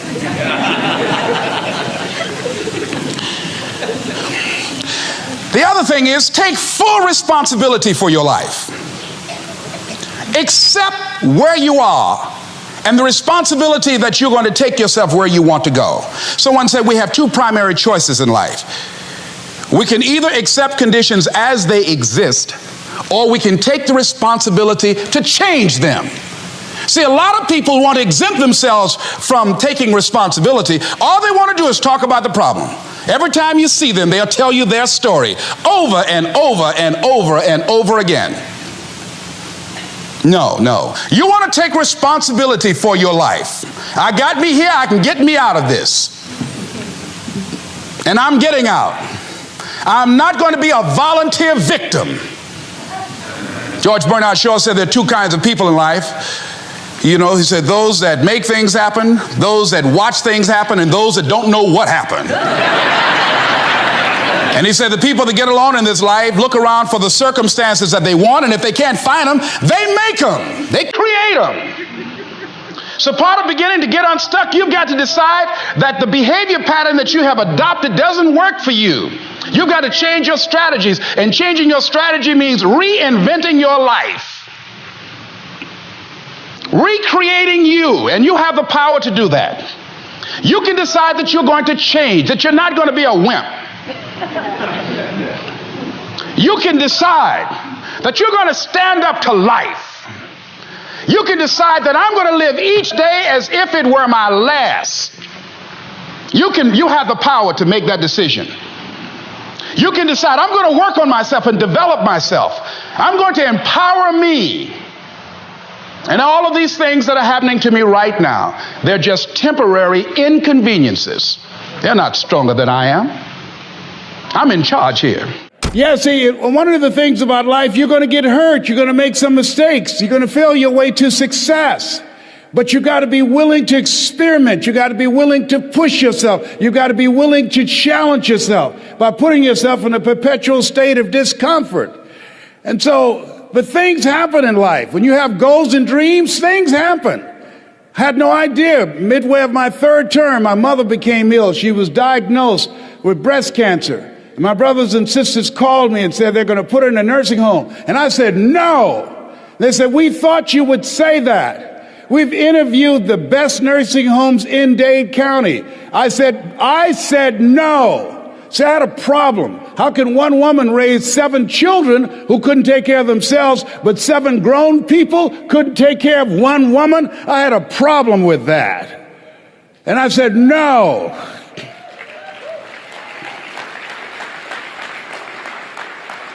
So I resigned from the Ohio legislature and I came back to Miami to take care of Mama, and took care of her until 89. And there are things, as you have your goals, things are going to happen to you that you can't anticipate. Some of you are in the eye of the storm now. Things are going to happen. And don't say, well, why does this have to happen to me? Why not you? Who would you suggest? You want to give us some names or email addresses? That's really what I said the second time I got cancer. They had told me the cancer had metastasized to 7 areas of my body. I started laughing. He said, why are you laughing? Are you in denial? I said, no, I feel like Mother Teresa. He said, what do you mean? She said, Lord, I know you know how much I can bear. I just wish you didn't have so much confidence in me.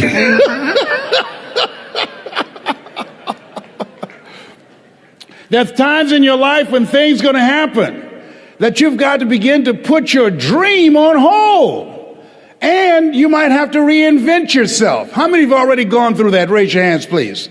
It's called life. And don't tell everybody about it. 80% don't care and 20% glad as you.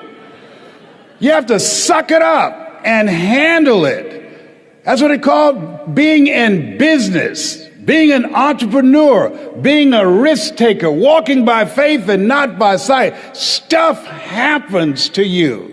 It's hard changing your life. It was hard when just over 3 years ago in the Penobscot building in Detroit, Michigan, where I was operating my business, and I fell on some hard times, and I was sleeping in my office. It was hard coming into the lobby, and the security said, excuse me, Mr. Brown, can we see you for a moment? And I said, yes, and I walked up to the counter, and he gave me an envelope. And he said, would you mind reading it here? And I opened the envelope, and the envelope was from management that said, this is an office tower. It's not a hotel. Please do not sleep in your office. And I said, excuse me, sir. I said, I just work long hours in creating my business. I'm an entrepreneur. And right now, things are bad for me. But they're not going to be this way always. And I just asked for the opportunity to continue to operate like I'm doing. I'm not trying to make this my home. And it was hard coming through the lobby. And sometimes they would laugh. There's a guy talking about becoming successful. And look at him. He's bathing in the bathroom upstairs on the 21st floor. He sleeps on the floor. Him and two other dreamers up there. Look at him. It was hard, ladies and gentlemen, coming to speak to people. And I was facing financial difficulties in my own life. I was behind on my bills and my dreams, and I'm saying to them, you can live your dream. It was hard, ladies and gentlemen. It was very difficult to pick myself up each day believing that I could do it. There were times that I doubted myself. I said, God, why is this happening to me? I'm just trying to take care of my children and my mother. I'm not trying to steal or rob from anybody. Why did this have to happen to me? It was very hard. And here's what I want to say to you. For those of you that have experienced some hardships, don't give up on your dream.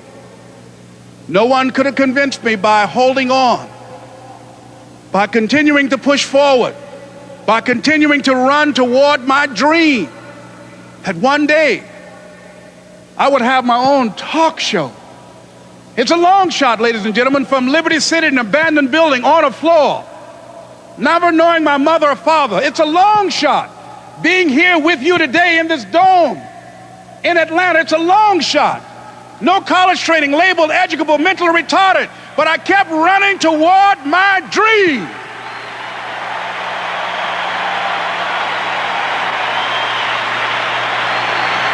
Don't stop.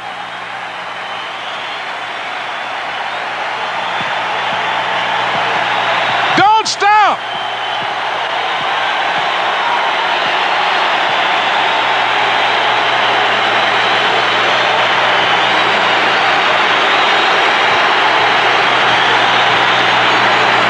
Don't stop running toward your dream.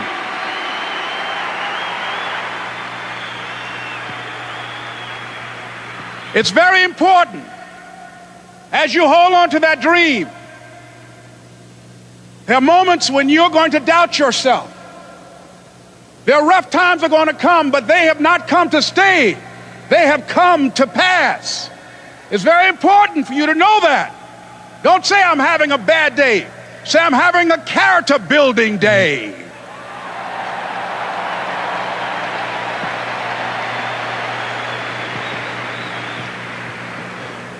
It's very important for you to believe that you are the one to make this happen. I remember this high school teacher, Mr. Leroy Washington, at the end of school one June, it was just a few days before we were supposed to leave, and I just got my report card, and it indicated that I'd failed history, and I'd failed English, and I would have to go to summer school.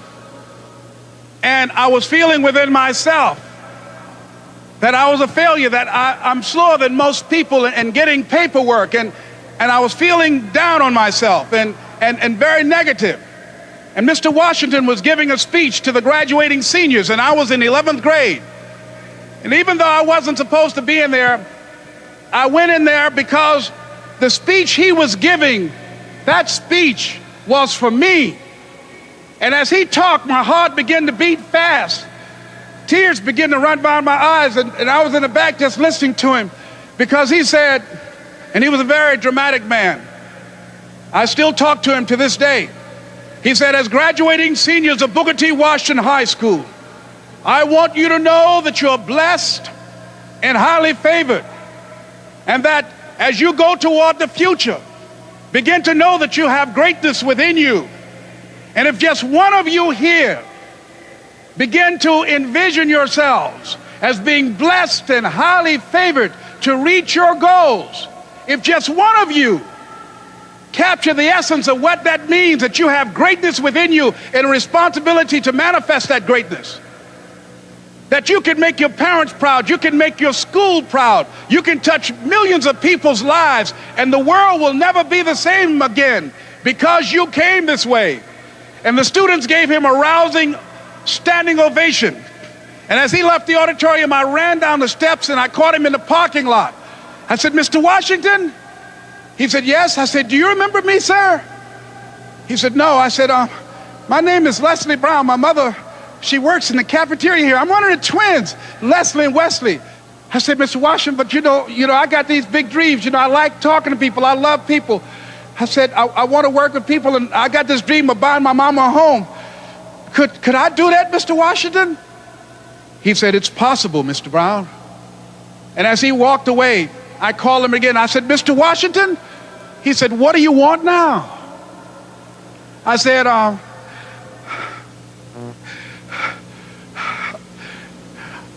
the one, sir." I said, "I'm the one. You remember me, sir. I'm Miss Mamie Brown's boy. I'm the one. I'm the one."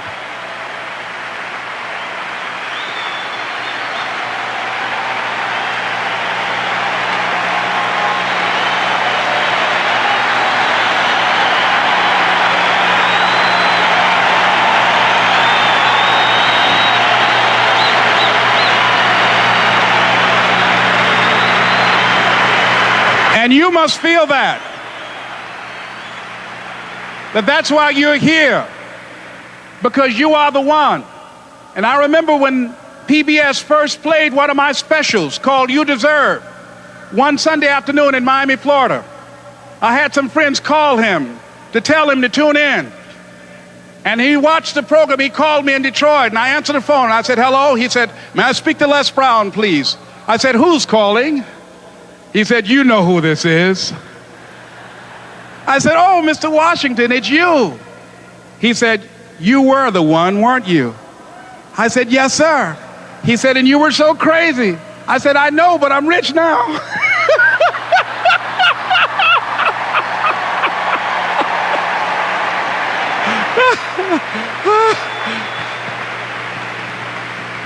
Ladies and gentlemen, it's not going to be easy.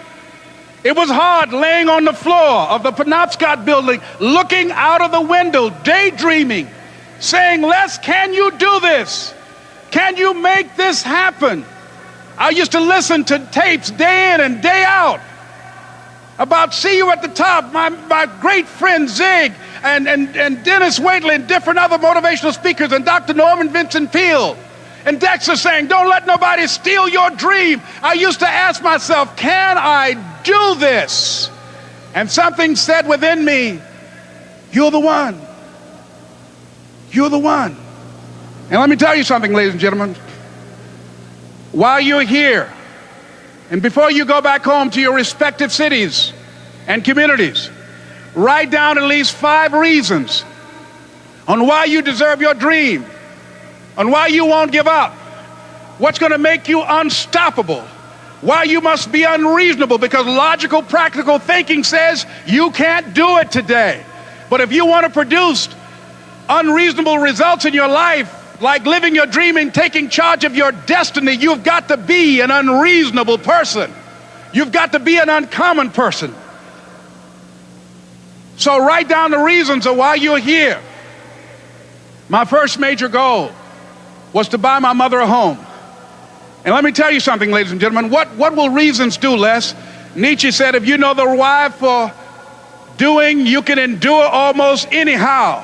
What do you mean by that? If you know why you're doing something, when the hard times come, and they're going to come, when the disappointments and the rejections come, and they're going to come by the truckloads, your reasons will be your rod and staff to comfort you, to pick you up. Once again, I got a saying on one of my tapes: if life knocks you down, try and land on your back, because if you can look up, you can get up. Let your reasons get you back up.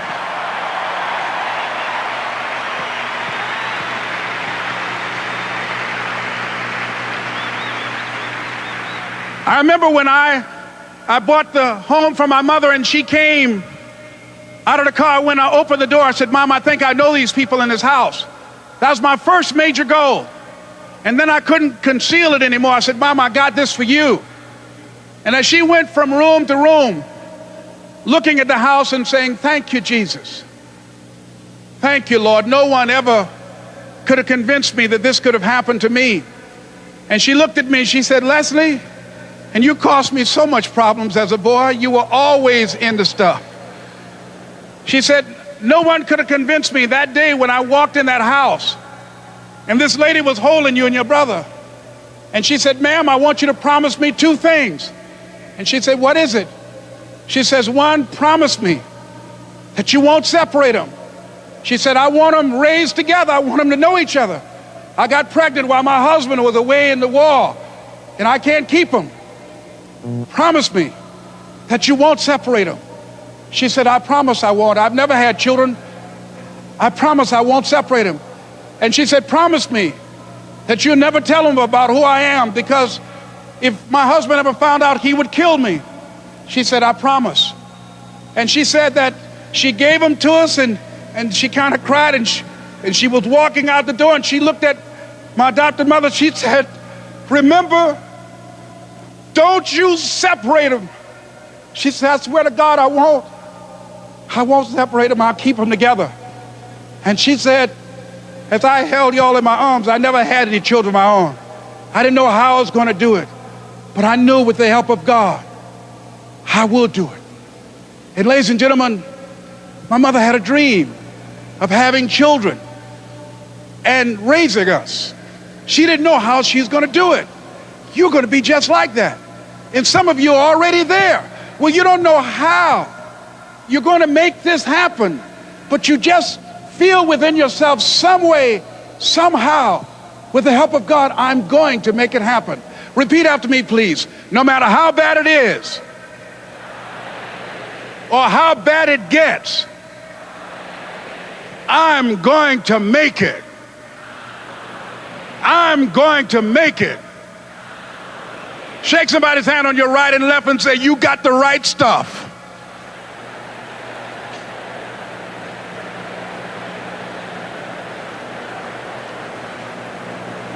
So yes, it's possible for you to live your dream. It's necessary that you associate with winners, that you work your system, that you are relentless, that you never give up. It's you. You've got to take personal responsibility. You've got to make it your personal business to make it happen.